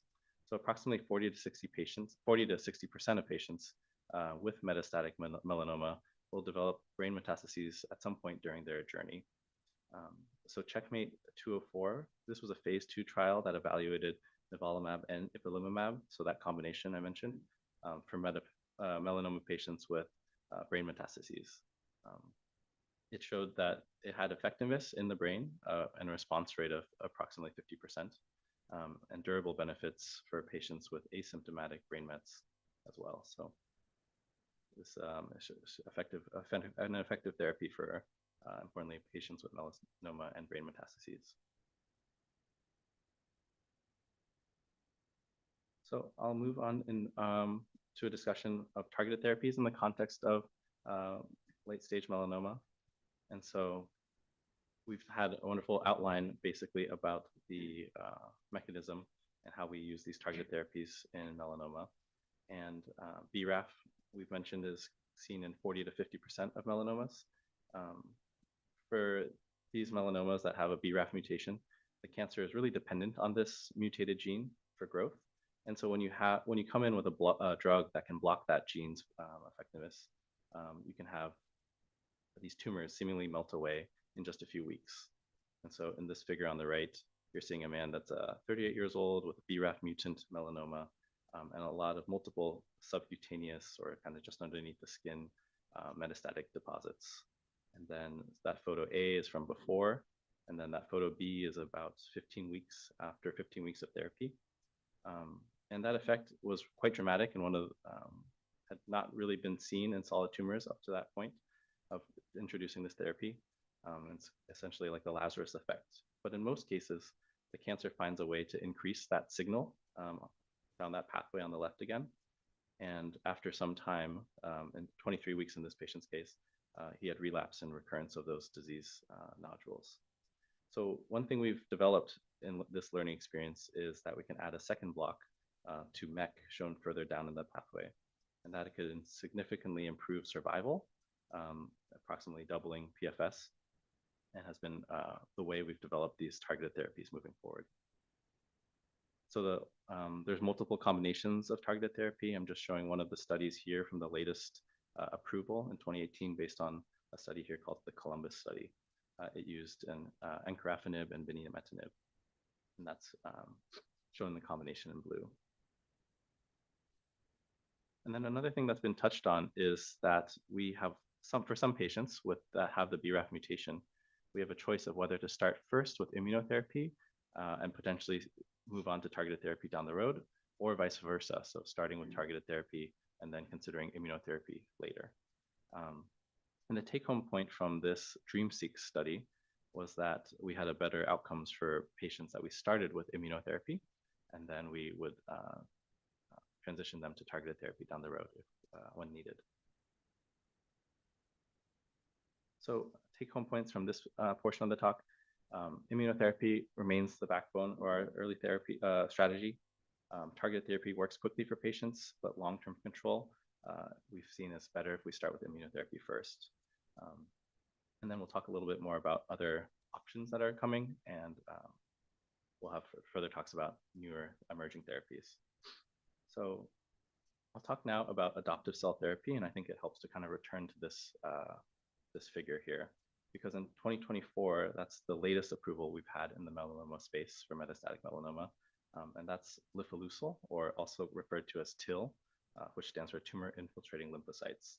And while it's the newest approval, it's also one of the oldest therapies for melanoma, something that Dr. Daniels had touched on, because if you look way back in 1988, the development for TIL really began over approximately 36 years ago, since the NIH surgery branch with Dr. Rosenberg began kind of research in this area.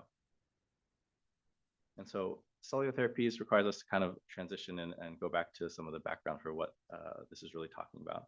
So it's talking about taking out a tumor sample in this case, and then harvesting out the T cells specifically, those soldier immune cells that fight cancer, and re-educating them, kind of regrowing them out to larger quantities so that they're capable of fighting the tumor, and then reinfusing it to the patient.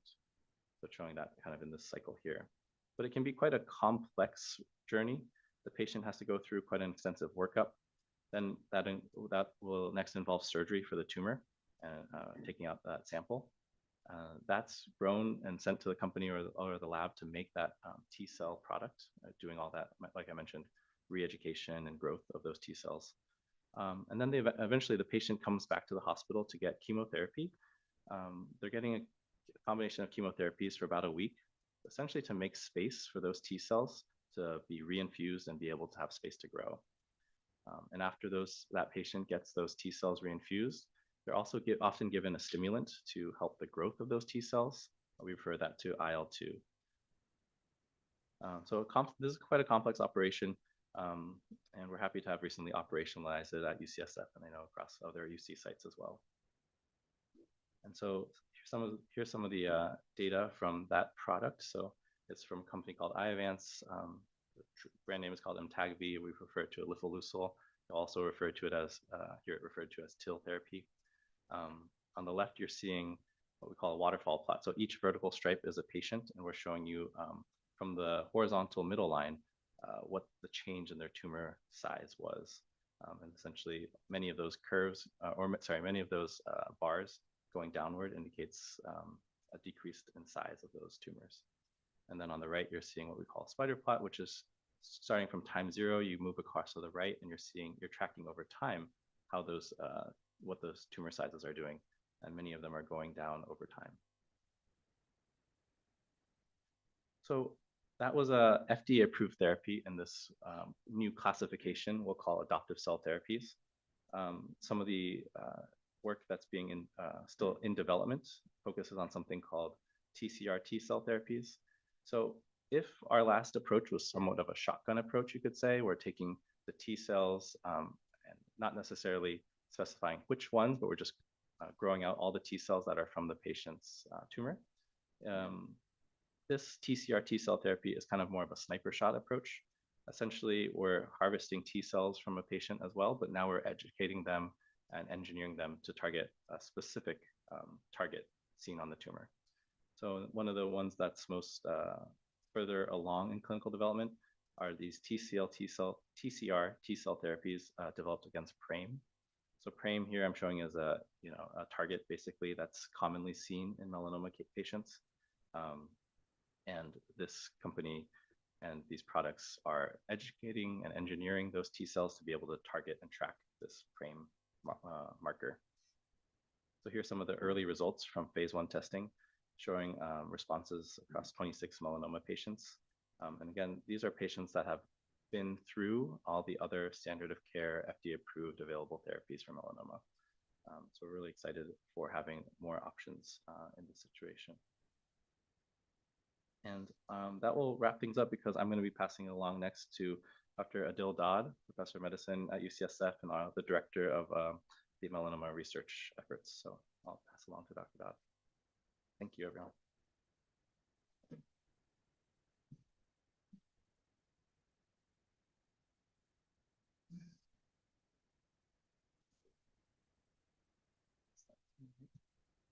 Thanks.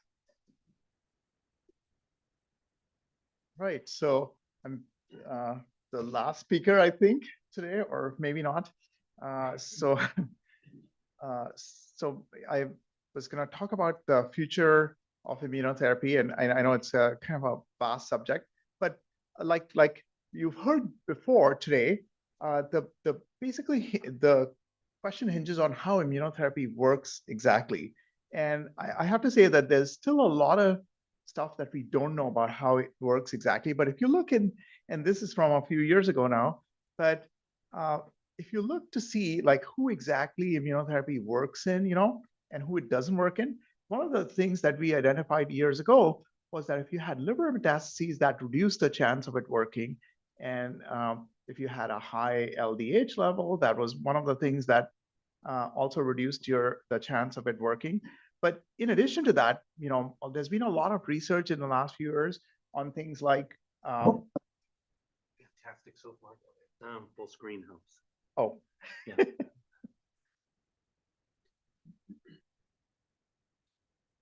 All right, better.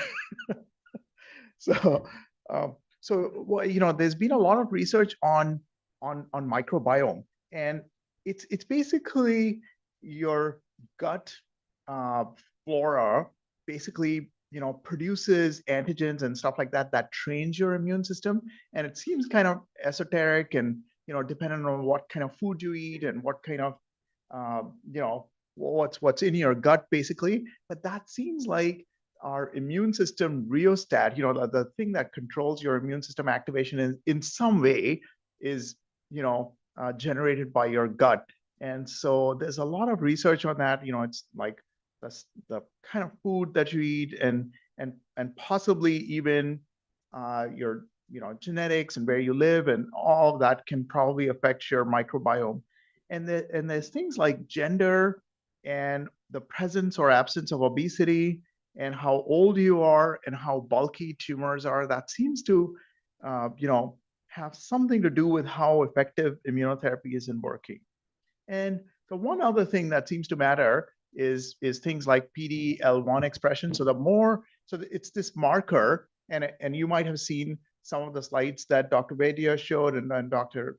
Tao showed, and Dr. Muzigar showed, where the PD-L1 is basically the ligand for PD-1. And so the more PD-L1 you have in your tumor, the more likely it is to work. And that's what this graph shows, that basically have more PD-L1 expression, more chances of it working. So about 10 years ago, we basically did this experiment to try to figure out, who would respond to PD-1 treatment. And we basically extracted T cells from patients' tumors, similar, like just biopsying them, getting the T cells out, looking at them. And this was work done by my colleague, Mike Rosenblum here at UCSF. Basically, what we showed is that if you had these exhausted T cells in your tumor, there was a higher chance of it working. And when you hear the word exhausted, sometimes that sounds like, you've been running a long time, you're out of gas.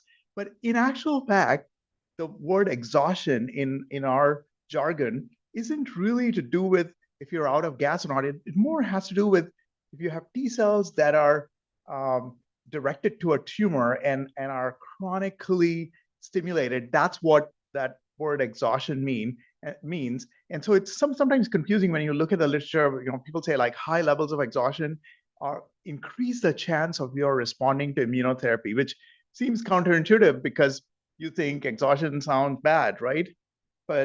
And so part of that same study, we looked at people who had more exhausted T cells, like this person right here, who had like 64% exhausted T cells. You could see that person had this tumor in the armpit and had a nice response, versus this person who had 19% exhausted T cells. You could see had a tumor in the neck, and that tumor grew after time. So what we think now, and I think you've seen this before in a lot of slides today, is basically where things come down to is either having these checkpoints, which are kind of like brakes on your immune system, and our ability to take those brakes out or get rid of those brakes, either in the lymph node, and sometimes people call them co-stim or co-stimulatory checkpoints, or in the tumor itself. And those are things like PD-1, LAG3, TIM3, or at the co-stimulatory in the lymph nodes, which things like CTLA-4 or ipilimumab is a drug that's used for these checkpoints. But 4-1BB, there's various other co-stimulatory checkpoints that are being looked at. So bottom line, if you were to plot immunotherapy, how much side effects are you going to get versus how effective it's going to be, you kind of get this type of graph. So if at the most effective end are things like ipilimumab and nivolumab, that's the Checkmate 67 trial that was talked about just a few minutes ago. And if you look at the other end, you have treatments like single agent, like pembrolizumab or nivolumab, that give you less side effects. but also to some extent less activity.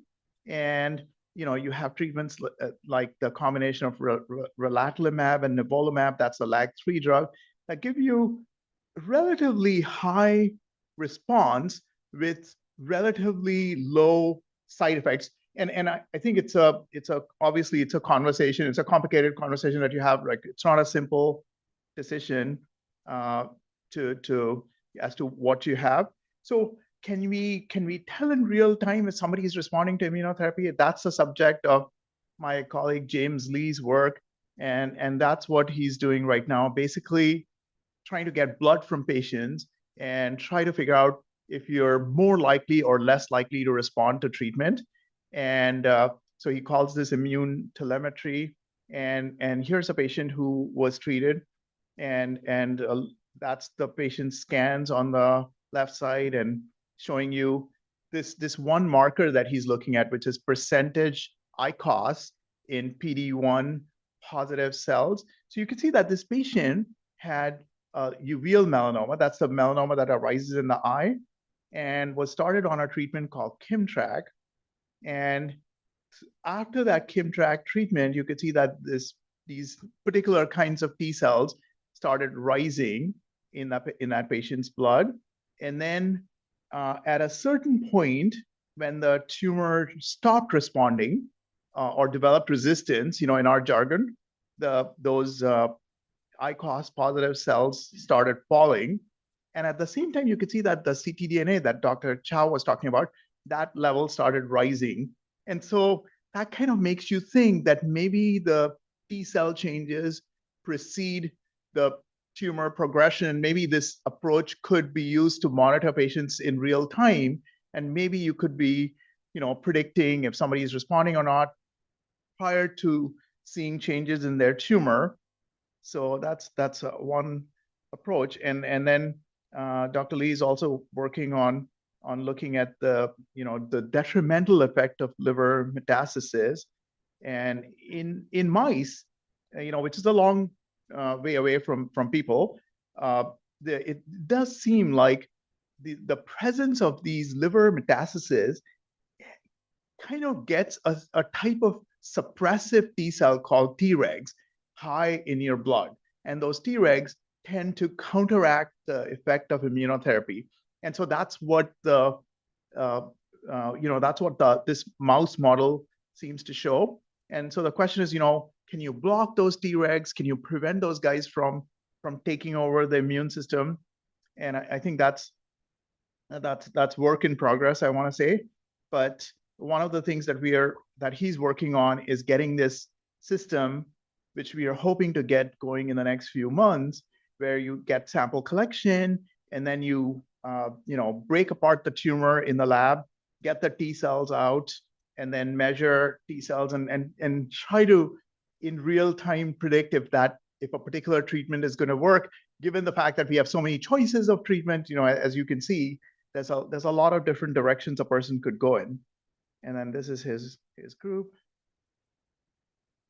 So what other possible new advances do we have? I think one of the interesting drugs I feel, and we have a few trials with these drugs ongoing at UCSF, is being these combination drugs. So we've talked about PD-1 blocking agents, which block PD-1 checkpoint blockers. But what if you took that molecule and used it as a building block and added other stuff to it, like for example interleukin-2, which is kind of like a gas pedal. So in other words, instead of having just the brake, just getting rid of the brakes, you have the brake plus the gas pedal. Like, what would happen if you did both together? Well, this is what this approach is.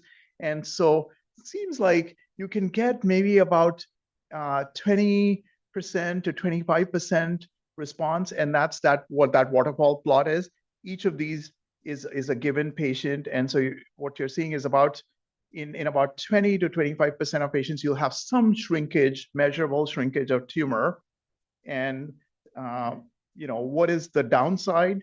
Side effects. And what kind of side effects? Mostly seems like like joint problems and skin rash, and some of those can be pretty significant. So it's not a free lunch, but a good step forward. And and we're looking forward to seeing if these agents can be combined with other drugs, where that'll go. And there's many other bispecific antibodies that are in testing right now.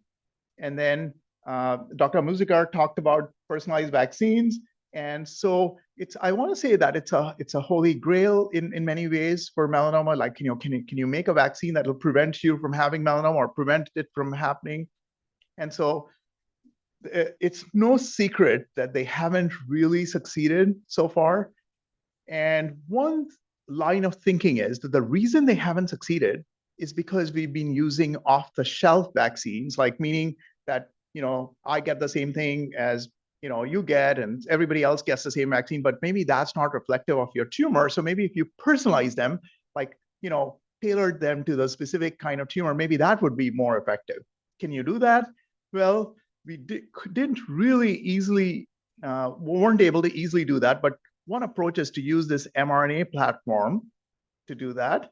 And it's based on neoantigens. And you heard about talk about how ultraviolet rays, that a president's son caused these mutations, right? So each melanoma tumor has its own distinctive pattern of mutations. So what if you could make a vaccine that is, exactly mirroring your melanoma tumor? And so this was the study that was done.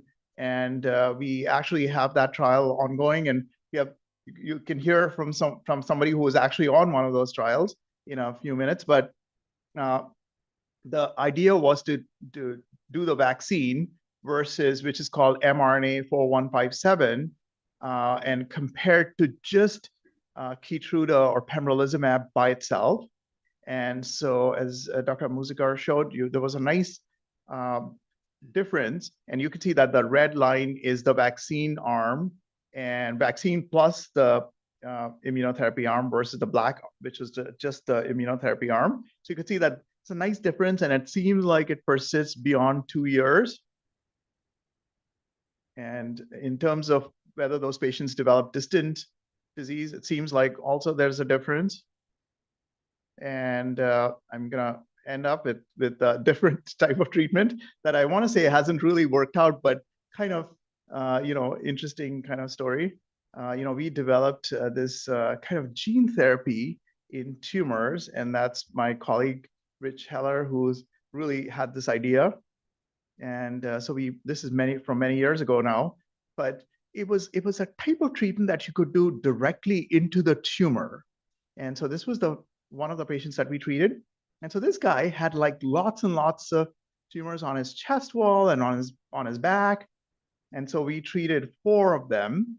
And what you could see is that at the time, there was no real difference. But 2 years later, and a year later, a lot of those lesions flattened out.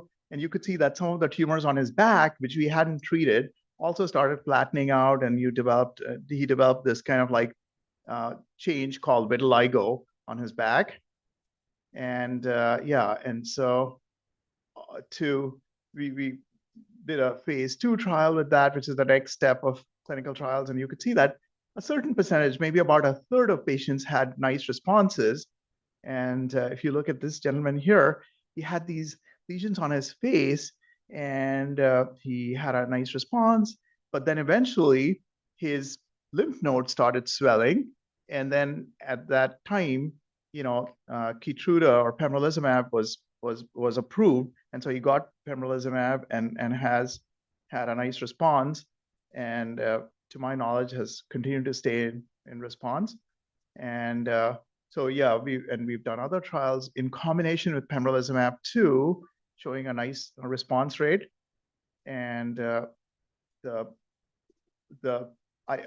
want to end up by saying that, I've lived to see this change from I want to say in the last 20 years, that from the time that melanoma had a survival that was like in the 10% range for 5 years, to now that it's over 50% in 5 years. And of course, that doesn't mean that the work gets to an end. And a lot of I think the next generation of advances probably have to do with trying to re-engineer some of these drugs and see if we can, get some more benefit from them, and also go to some of the newer pathways and see how much, mileage we can get from them too. But it's, super exciting time to be in our field. And sometimes, things like the COVID vaccine, which was done for a totally different reason, provides the technology for the next generation of breakthroughs, which, wasn't something that we anticipated, right? Like in the 2020s and 2022s. So I think, I'm excited and looking forward to hearing from people today too. But with that, I'm going to end. Thank you.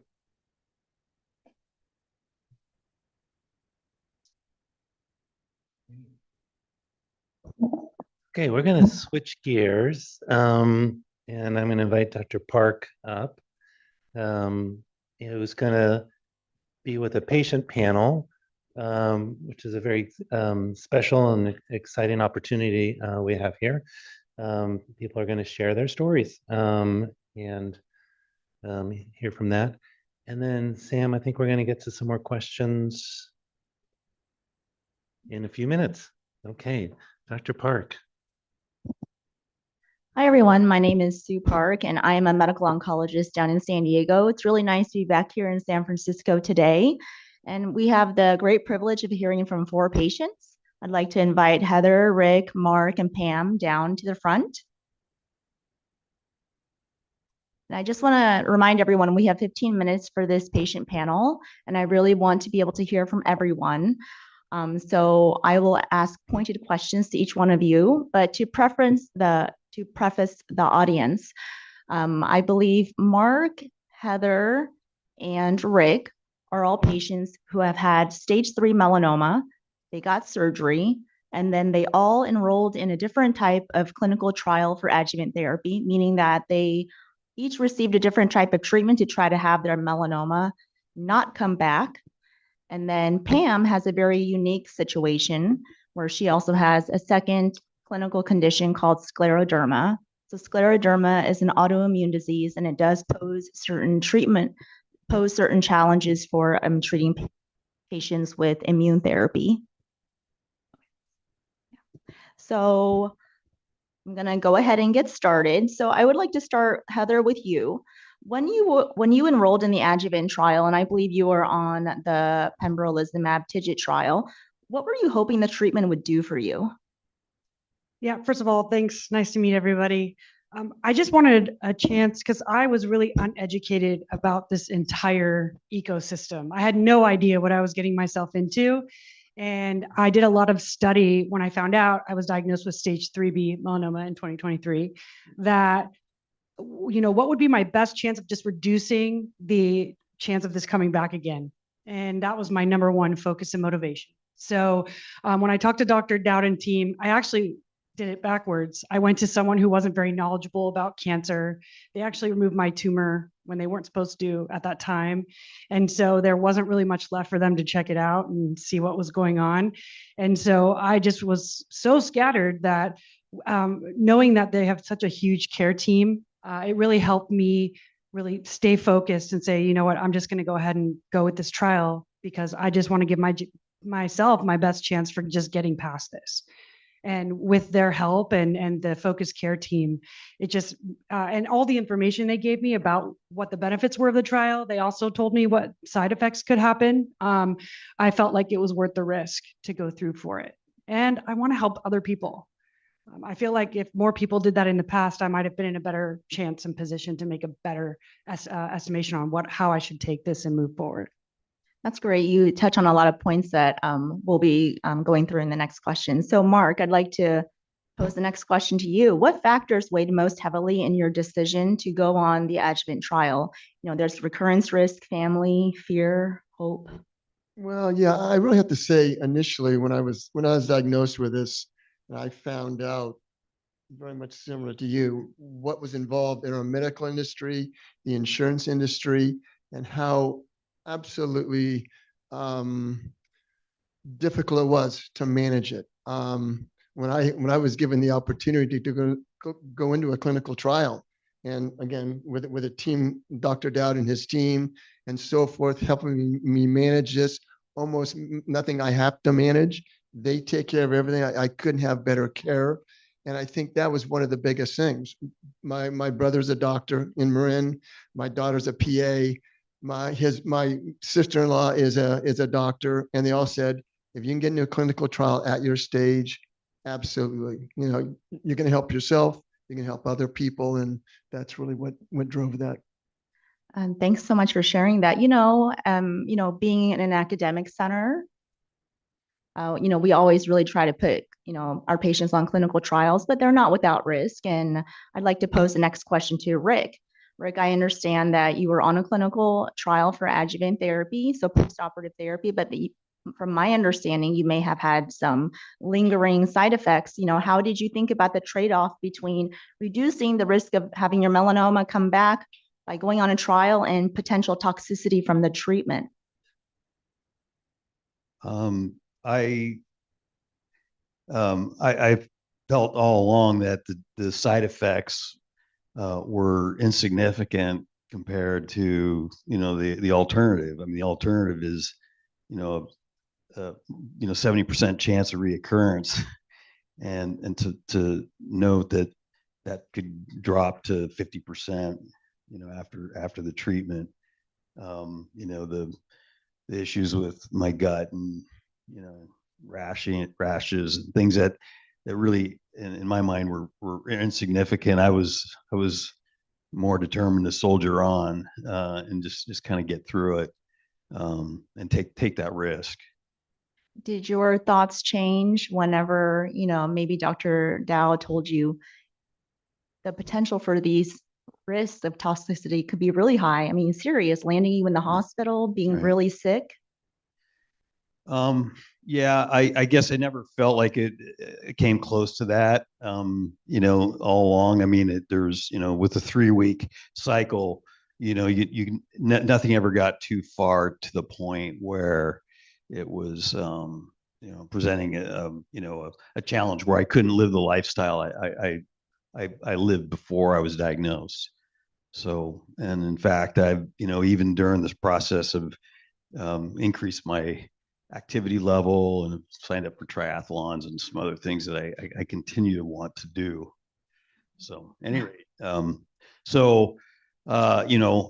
started off on a pretty good foot in terms of health and not having a lot of other issues, other than a bad knee that we had to delay some surgery on, but that was okay. I mean, that's still in pretty good shape.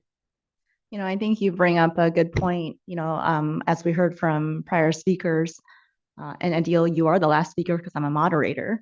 The stage 3, patients, the melanoma, the data for adjuvant in melanoma, it's been shown to, try to prevent the cancer from coming back, but it has not yet been shown to help patients live longer.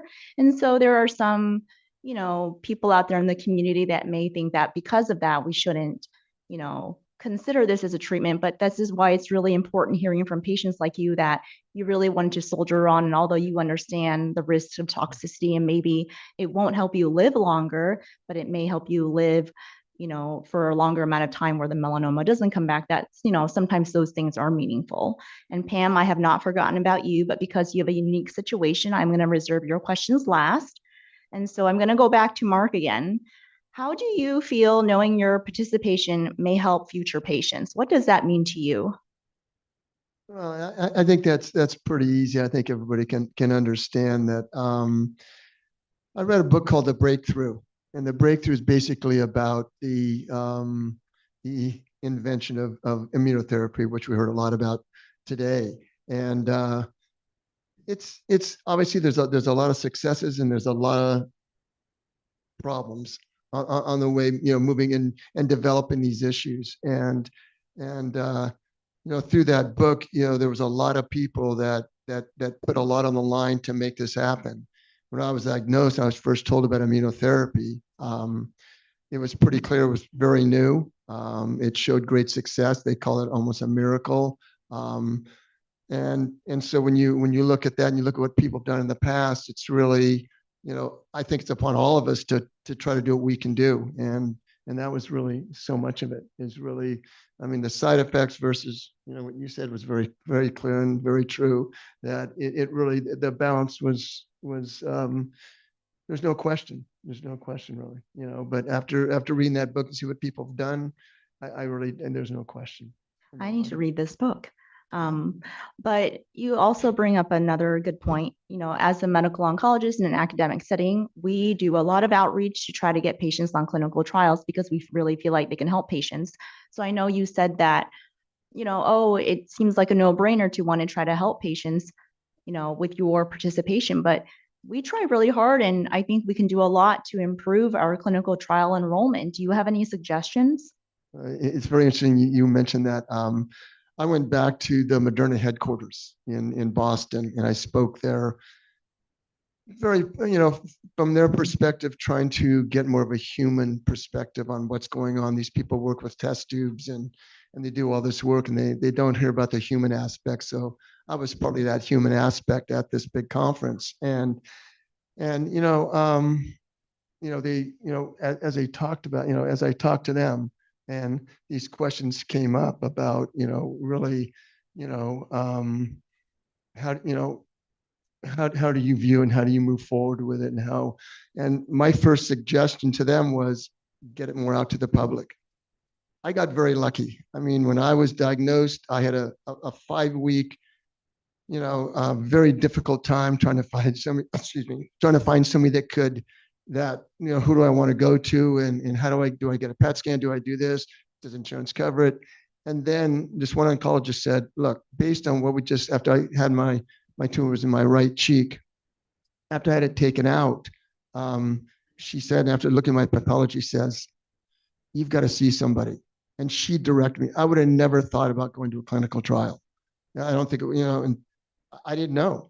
I mean, I really, when I was diagnosed with melanoma, I did not have what you would consider what I've read in the books, but, oh, it's dark, it's a mole, it's this. Mine didn't look like anything at all. And it was on my cheek, it was a little bitty bump. It was, anyway. So I didn't really know where this was going. And without that knowledge and without this, and she was not going to be my oncologist. She was basically more in the blood, the blood type of cancers and that type of thing. And she said, but look, you want to get to know this individual, Dr. Deal at UCSF. And that's why I got there. And I think getting it out more to the public, making public more aware, not only about screening, that type of thing, but, what are your options? And how can you move forward with this? Because it's difficult. It's very difficult. And then when I was at Moderna, that's the first thing I said, if you guys can get more information out to what is available to people, make a big difference. I agree. It is difficult. And that's why we are doing things like what we're doing today.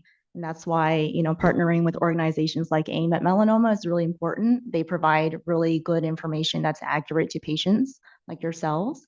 I would like to now pivot to Pam. So Pam, I know that you have been living with scleroderma for a long time. How has, living with this chronic illness shaped how you view your diagnosis of melanoma? So when I was first diagnosed, I must say I was a melanoma virgin. I had really no idea what I was in for. And I had a melanoma on my ear. And the first question I got was, do you play golf? And I said, oh, no, I do not play golf. So, so I had the melanoma removed from my ear. I had my ear reconstructed. And then the melanoma came back 2 years later. So I had another surgery because it still was localized. It was still in the ear area. It hadn't spread. And then now I look like Vincent van Gogh because I wasn't going to do the reconstruction because it was just a lot. So so recently I was diagnosed with metastatic melanoma. And now I have to make the decision with Dr. Dowd's help is, what do I do next? I do have scleroderma. I think I change my mind at least 4 times a day, deciding what I want to do. Do I just leave it alone and go the observation path? which I'm not very good at that. I mean, I really want to do something, but I don't want to do something that's going to really make things worse for me. So I'm struggling with this, and I am really trying to decide what next steps are. Yeah, Pam, while, scleroderma is not it's not a common disease, we do see lots of patients with melanoma who have other autoimmune conditions. And you bring up a great point, that decision about what type of treatment to do, if any, is difficult. So how do you define acceptable risk to yourself? So I also have a really bad gut. And so I'm worried about my gut and my lungs. And so I really don't know. And now my husband passed away 6 months ago. So now I'm living alone. And that complicates things because I don't really have a backup. So I worry, I do worry about that. Like if, and I know I can stop if I started, if I start the immunotherapy, I can stop. But I really don't know what I'm in for. And unfortunately, there's a shortage of crystal balls. So I don't know what I'm going to be in for. But I would be open to trying it if it means that the metastasis, it does now I'm in a different phase than I was when I was first asked if I played golf. Now it's completely different. So I'm not really sure. I'm going to have another PET scan in March to see where things stand. And then after that, I'll make a decision. Thank you for sharing that with us. Heather, I'd like to turn it back to you. Can you describe or define what survivorship means to you? I believe you're about 2.5 years out from finishing treatment. Yeah, first of all, I wanted to take a step back in the beginning just to preface this. And I needed time to process what was happening with myself. And like just the fact that the teams were I just want to reiterate how awesome it was to just have a team do everything for you. So I could absolutely focus on that. It's kind of the same thing that's happening now post. So I did my year of immunotherapy. I had surgeries. I had lymph nodes removed from my groin and both of my armpits because they found that the cancer had traveled to my armpit. So I went through all of that for the last 3 years. And now every 3 to 4 months, I still get PET CT scans. We're very diligent on all of the appointments, and it's just like, I look into my chart and things are just already done for me. So I can then again focus on my life. And so that's kind of the mode that I'm in now. Like it was actually quite hard to come back here today and revisit a lot of this information, which I have seen before, because I'm like, oh man, this is like a reminder when I kind of brushed it under the rug, but it's a great reminder because it keeps me super focused and like happy about where I'm at today in my journey. And I also have no regrets on the choices I made to get here. So, no, well, I'm really glad you're here today. As Mark alluded to, patient advocacy is so important. So I'd like to just close this off by starting with Rick. I would like each of you to answer this, like a key takeaway. What is one key takeaway you would like the audience to know and our viewers online about your experience? I would say I felt like I went from an oncologist that was retiring before in my hometown to not like the rug got pulled out from underneath me to landing in a very I don't know, comfortable setting, at least that I'm comfortable with in terms of UCSF, quality of care, the team that I've had to I've interacted with over the last year, and the amount, like you mentioned, my chart kind of being handled for me to the point of where the clinical trials offered to drive me from my hometown here to make sure I didn't miss my infusion appointment. So that from that standpoint, the quality of care is something I never would have imagined, and I hope it never degrades from that because that to me is if I was on the fence about going into a clinical trial, I did seek advice from a neighbor of mine who was a retired cardiologist when he read through the agreement to enter the trial. He said basically sign up today, and that was because he saw the service that I was going to get for the next 5 years. And so far, it's been beyond expectation. Thank you, Rick. Let's turn it over to Pam. What's one key takeaway you would like our audience to know from your experience? So I think it's really important to have a team behind you and to really trust that team. When I was first diagnosed, we were living in New York City, and I was treated at a different medical center, and it was a more laissez-faire approach to what was going on. And then when I was diagnosed the second time, I was treated at UCSF, which is a fabulous institution, and they're great. They really do care, and they make the appointments, and the follow-up is terrific. So so what I found is that I didn't have to worry, because I knew that I had a team and that I was going to be followed. So I think it's so important that you have a team that you trust and that follows up, and that you're in good hands. It makes a world of difference. So, and especially having had the experience where my team was meh to a team that's really good, I think it's so important. Thank you, Pam. I could not have said that any better. Heather? Yeah, my biggest takeaway, I think everybody's journey is different, and there's advancements in this industry daily. And so when you ever feel like, you're asking too many questions, you're not. Or if you're not asking enough questions, that's okay. Just take notes. You can ask later. But leverage your also folks around you who you may know who have gone through something like this or who haven't, to help support and guide you. But don't ever feel like if anyone around you needs to influence your decision, it's your decision. But from my takeaway, I'm really, really happy that I did the research, I had the care, the team around me, so I could focus on healing. And that would be my only suggestion. Like, don't ever think that you're not asking enough or putting enough of your own energy. Just continue to stay the course and focus and be open to new ideas, because again, things are changing daily. So I'm excited about what the future holds, especially with AI. Oh, AI. Yeah, in medicine, knowledge is power, as we know. I've been in school for what feels like 2,000 years.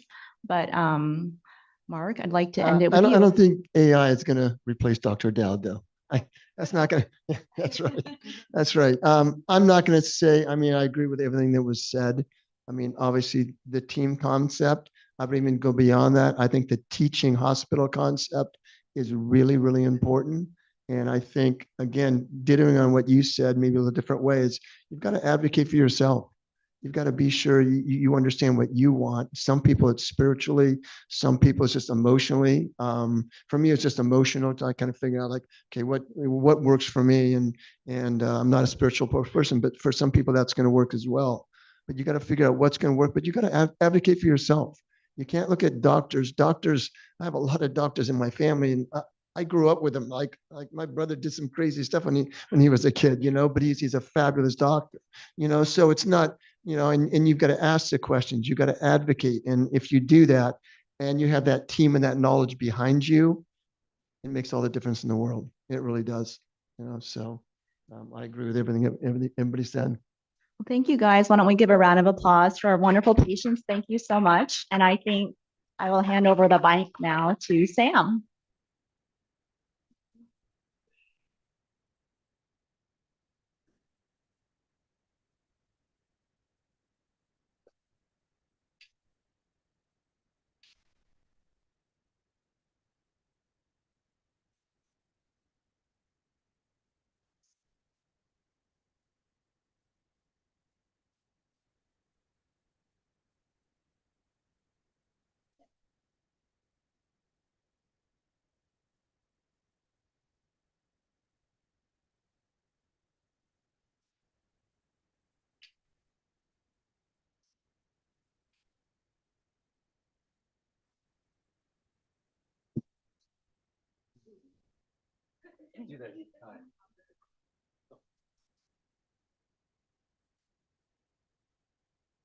Hi again. So I'm gonna do a little bit of housekeeping before I actually talk about some of the resources that we have for you. So first, of course, I want to thank the UC Consortium. I love working with you guys. It's so wonderful, and especially UCSF for their venue, and Jen and Kim, who've been so gracious in helping us get this all together. Questions. So Kim is who's in the back. If you're in the room and you have questions, please pass them to her so that we could get them to the panel. If you're on Zoom, be sure to put them into the Q&A. And if you're on social media, include them in the comments section. Apparently I need to move up. Wow, I thought I actually had a loud enough voice. I also want to mention, because we do have people who are joining us internationally. We do have an international presence, as I had previously mentioned. We are working directly with advocacy groups in Europe, Latin America, Australia, Canada. If you are outside of the US and are looking for support, of course, we're always happy to help you directly, but we want to also connect you to advocacy groups in your region. The standard of care, your treatment options, reimbursement, et cetera, are very specific per region. And we want to make sure that you are working with somebody directly who can guide you through all of that. So resources. So again, I guess I'll kind of go from there. So 20 plus years ago, when I was thrust into the space with my family, there was really nothing out there. There were no treatments, there were no resources. My family, my mother and my sister specifically, had to navigate through this journey themselves. And so we really wanted to make sure that no family ever and friends ever had to go through that again. So of course, in finding the cure for melanoma, and you've heard a lot about where we have come in the last 20 years, we really wanted to make sure that there were resources so that your experience is not just within the four walls of when you're seeing your doctor. It's when you go home, it's when you are doing your other everyday activities.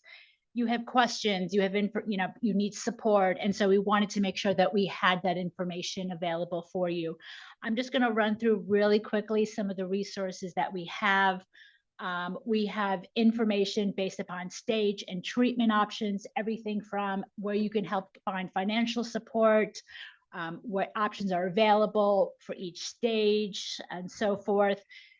There are multiple side effects. We've heard about some of the side effects for each of the treatments. And so we have guides in melanoma to talk about some of the side effects that you're going to experience and some general things you can do to help them. Of course, talk to your providers about everything and anything. No stupid question out there. And we want to make sure that they are being addressed appropriately. For general questions about the disease, we have a physician assistant, Melissa Wilson, who is available. You can reach out to her through their website. She also has webinars herself called From the Clinic to the Living Room about specific topics. All of this is on the website. It's through our social media channels. And of course, you can always reach out and we can direct you directly to them. We have these Living with Melanoma symposiums, which we're so lucky to be here today. Just like this one, I should mention, we have recorded it. It's going to be up here on our website. If you have registered for this event and we have your email, you will actually get that after the event, along with the Q&A. Questions for you to answer, but we have multiple throughout the year. Some are very specific, some of them are more general. We also have a podcast series. It's not just about taking care of your physical well-being, but your emotional well-being. So we have a podcast called Living Well with Melanoma. We also have support for caregivers. You are part of the process and you need to take care of yourself. You are in many ways a provider, right? And so we have lots of resources for you as well. We also have a mentoring program where we connect people who have gone through the journey, who are going to help support you for those going through. And we actually have one, we heard a little bit about TIL therapy. We actually have a program specifically for patients who are considering TILs and or going through TIL and are interested in being matched with somebody who has already gone through it. So that's generally some of the information that we provide.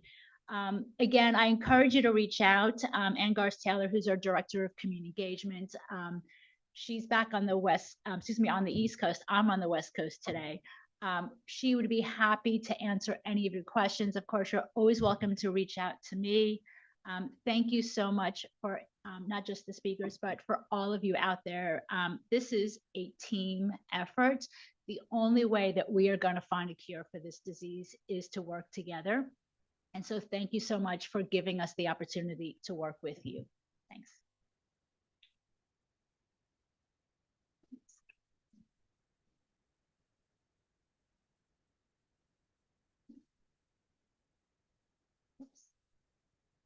Okay, I'm not sure how we can. Leave it as something. You were leaving it. Oops. You can pick something. I'll find something. Okay, Dr. Tao, Dr. Muzagar and Dr. Vaidya, can you please come up? Because we have questions, and we are going to tap into the young, up-and-coming experts in the field. So I will randomly assign questions. Okay, here we go. One that kind of just came up as Sam was outlining that they have a program specifically in TIL therapy. And so how about Dr. Tao? What are the factors that doctors consider to determine if their patient is a good candidate for TIL therapy? Yeah, that's a great question, and one that's still kind of being evaluated. One is, well, there's some patient-specific considerations in terms of just, it's a long process and patients go through a lot.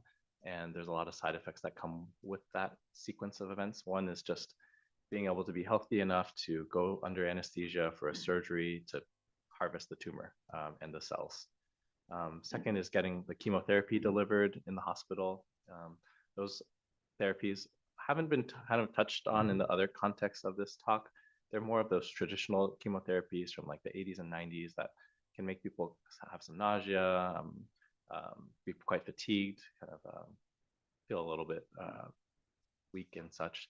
That process is given over a week, like I said, to prepare the patient to then get their cells back and reinfused. Then there's that process of getting its cells back, which goes rather quickly.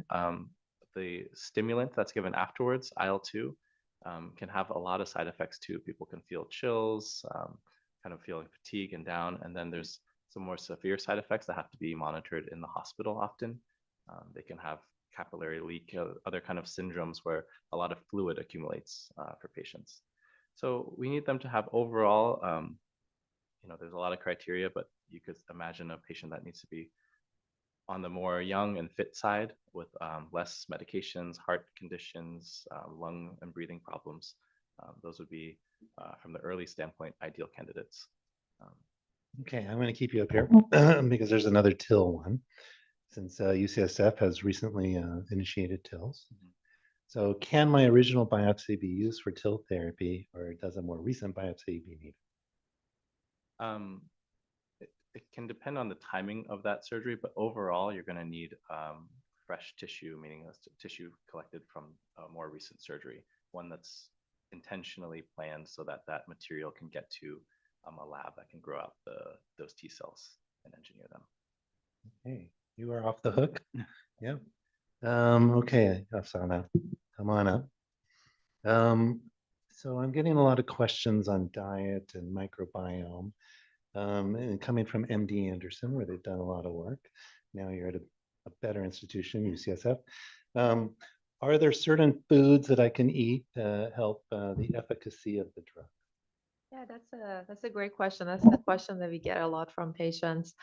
I would say there is no magic diet, but yes, a lot of good research has been done at MD Anderson, Dr. Jen Wargo, Dr. Jen McQuaid, their work on basically the relationship between the gut microbiome and the response to immunotherapy. So what they found is that actually having a diet that is rich in fiber seems to lead to a more diverse gut microbiome, and patients who are on active immunotherapy and follow a fiber-rich diet, they basically have been found to have better outcomes. Excellent. You also mentioned an early stage that I saw TVEC on your slide. But one question is, no mention of RP1, RP2 viral therapy. Any comments on UC work in this area? Yeah, so we do have the RP1 clinical trial in the more advanced setting right now for patients that have advanced or unresectable melanoma. I do not believe we have any in the resected or stage 3 or early stage setting. The TVEC is one of the older therapies that we use, which is basically another type of intralesional therapy, and it does have some modest efficacy when using combination of with immunotherapy. But now we have newer agents like RP1 that we're investigating to see how they do in combination with immunotherapy. Okay, thank you. Next, Dr. Vaidya. Okay, you had mentioned targeted therapies, and one question is there a connection between severity of side effects of treatment specifically for BRAF inhibitors? I don't think there is. Would you say differently? I don't. Yeah, no, it is true in immune therapies that more adverse events, so more pain equals more gain, unfortunately, for immune therapies, but that doesn't seem to be the case for targeted therapies. So you are right, you get that one correct. Now, if you do have toxicities and you're on steroids, how long should a steroid taper take from 80 milligrams daily? There's a secret that there's no magic to steroids. And I'm assuming this question's in the context of if you're having side effects to immunotherapy, correct?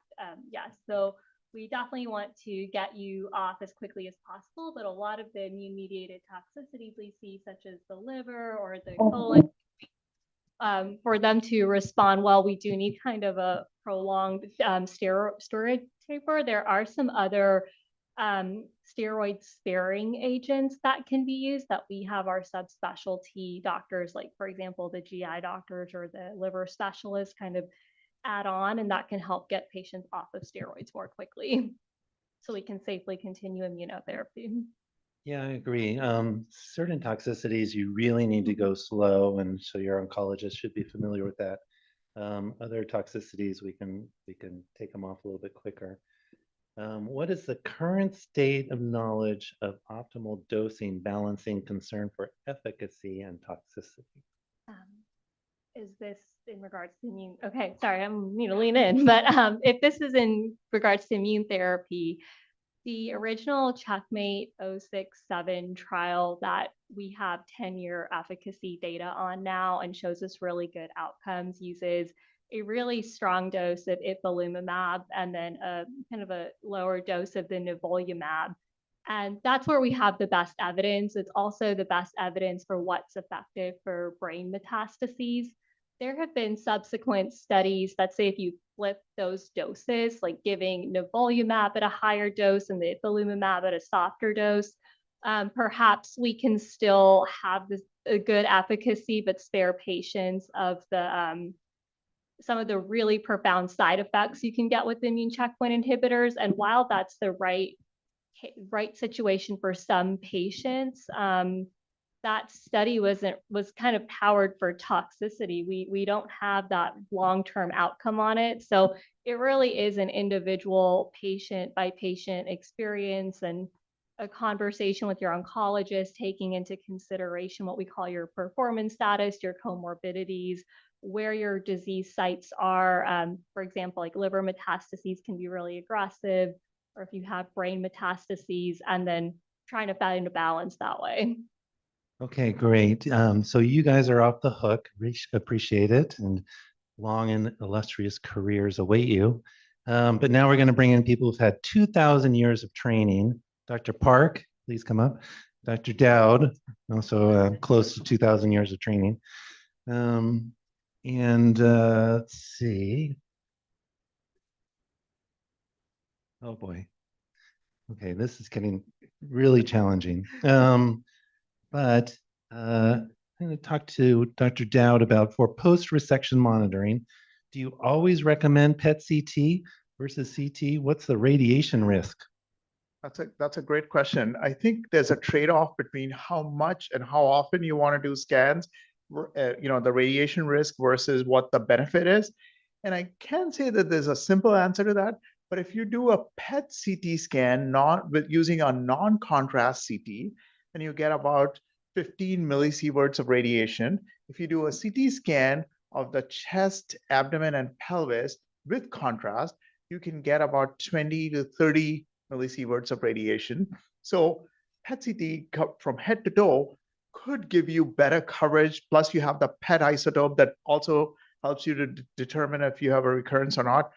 But what we as medical oncologists are often victims of is just insurance coverage. And so a lot of times, we will request scans, but the insurance will be like, oh no, you can't do this. So depending on that, and I feel like you don't always have that autonomy, and as time goes by, you definitely want to reduce the number of scans that somebody's exposed to, and not put people through frequent scans. Not just the radiation risk, but even the hassle and the anxiety and all of this other stuff that goes along with the scans. But yeah, all things being equal, PET scans will be my vote. Okay, yeah. I'm going to read the question. I think I understand. Any other tools to determine melanoma other than removal from skin? So I think that's getting at kind of diagnosis.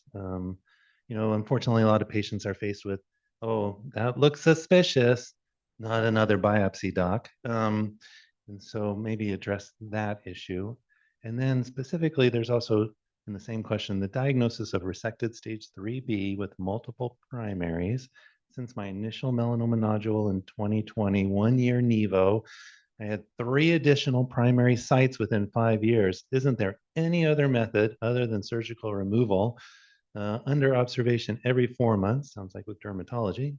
Sounds like a good dermatologist. And it has been determined that I'm really high risk. What can I do? I think that's a great question, and maybe I should pose that to you too. I think we would like to think that if you have effective treatment, you wouldn't get new primary melanomas, but oftentimes, like as patient is saying, just because you prevented or you might be preventing recurrence, that doesn't guarantee that you're not going to have new primary melanomas. And short of biopsying them and short of checking repeatedly, is there a non-invasive, or if there's something else that could prevent, I don't know of what we could do. Yeah, no, we like to think, hey, maybe lowering, sun exposure might help us or other things. This is where I might bring in Dr. Park, who has ideas about active ways of preventing cancers with some of our therapies. So come on up, Dr. Park. So she's been a great moderator. Dr. Park does a lot of non-melanoma skin cancers. And so do you have any ideas about preventing recurrences for non-melanoma or melanoma? I think partnering with your dermatologist is always really important, because once you have a skin cancer of any type, you are at 4 to 9 times increased risk of getting a second one. And especially if you're the type of patient that has at least 4 melanomas at different time points, you may want to consider talking about getting genetically tested. There are certain syndromes that can predispose you to skin cancers of different types. And just because you've had a melanoma, you are also at risk for a different type of skin cancer. So basal cell carcinoma, squamous cell carcinoma, even Merkel cell carcinoma. So just being really vigilant about knowing your skin, getting monthly skin checks, keeping on top of things. There are certain, things, topical agents that dermatologists will often recommend patients who are at high risk for skin cancer can apply. And so sometimes those medications, while sometimes, they can be hard to tolerate, They can decrease the burden of the skin cancers that come up in the future.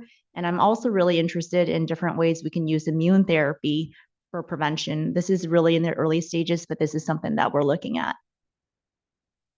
Yep, sounds good. And we can't forget about a healthy lifestyle of getting good rest, eating the right foods, exercising. But it sounds like this patient needs a good dermatologist. I haven't forgotten about you, Dr. Chow, so come on up.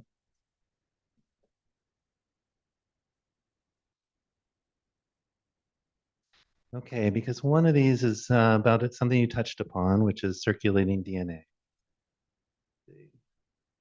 Currently on ctDNA monitoring, should I talk to my doctor about PET scan based on other studies, or is a CT scan I'm getting every year sufficient? How should I integrate this circulating DNA into my monitoring plan?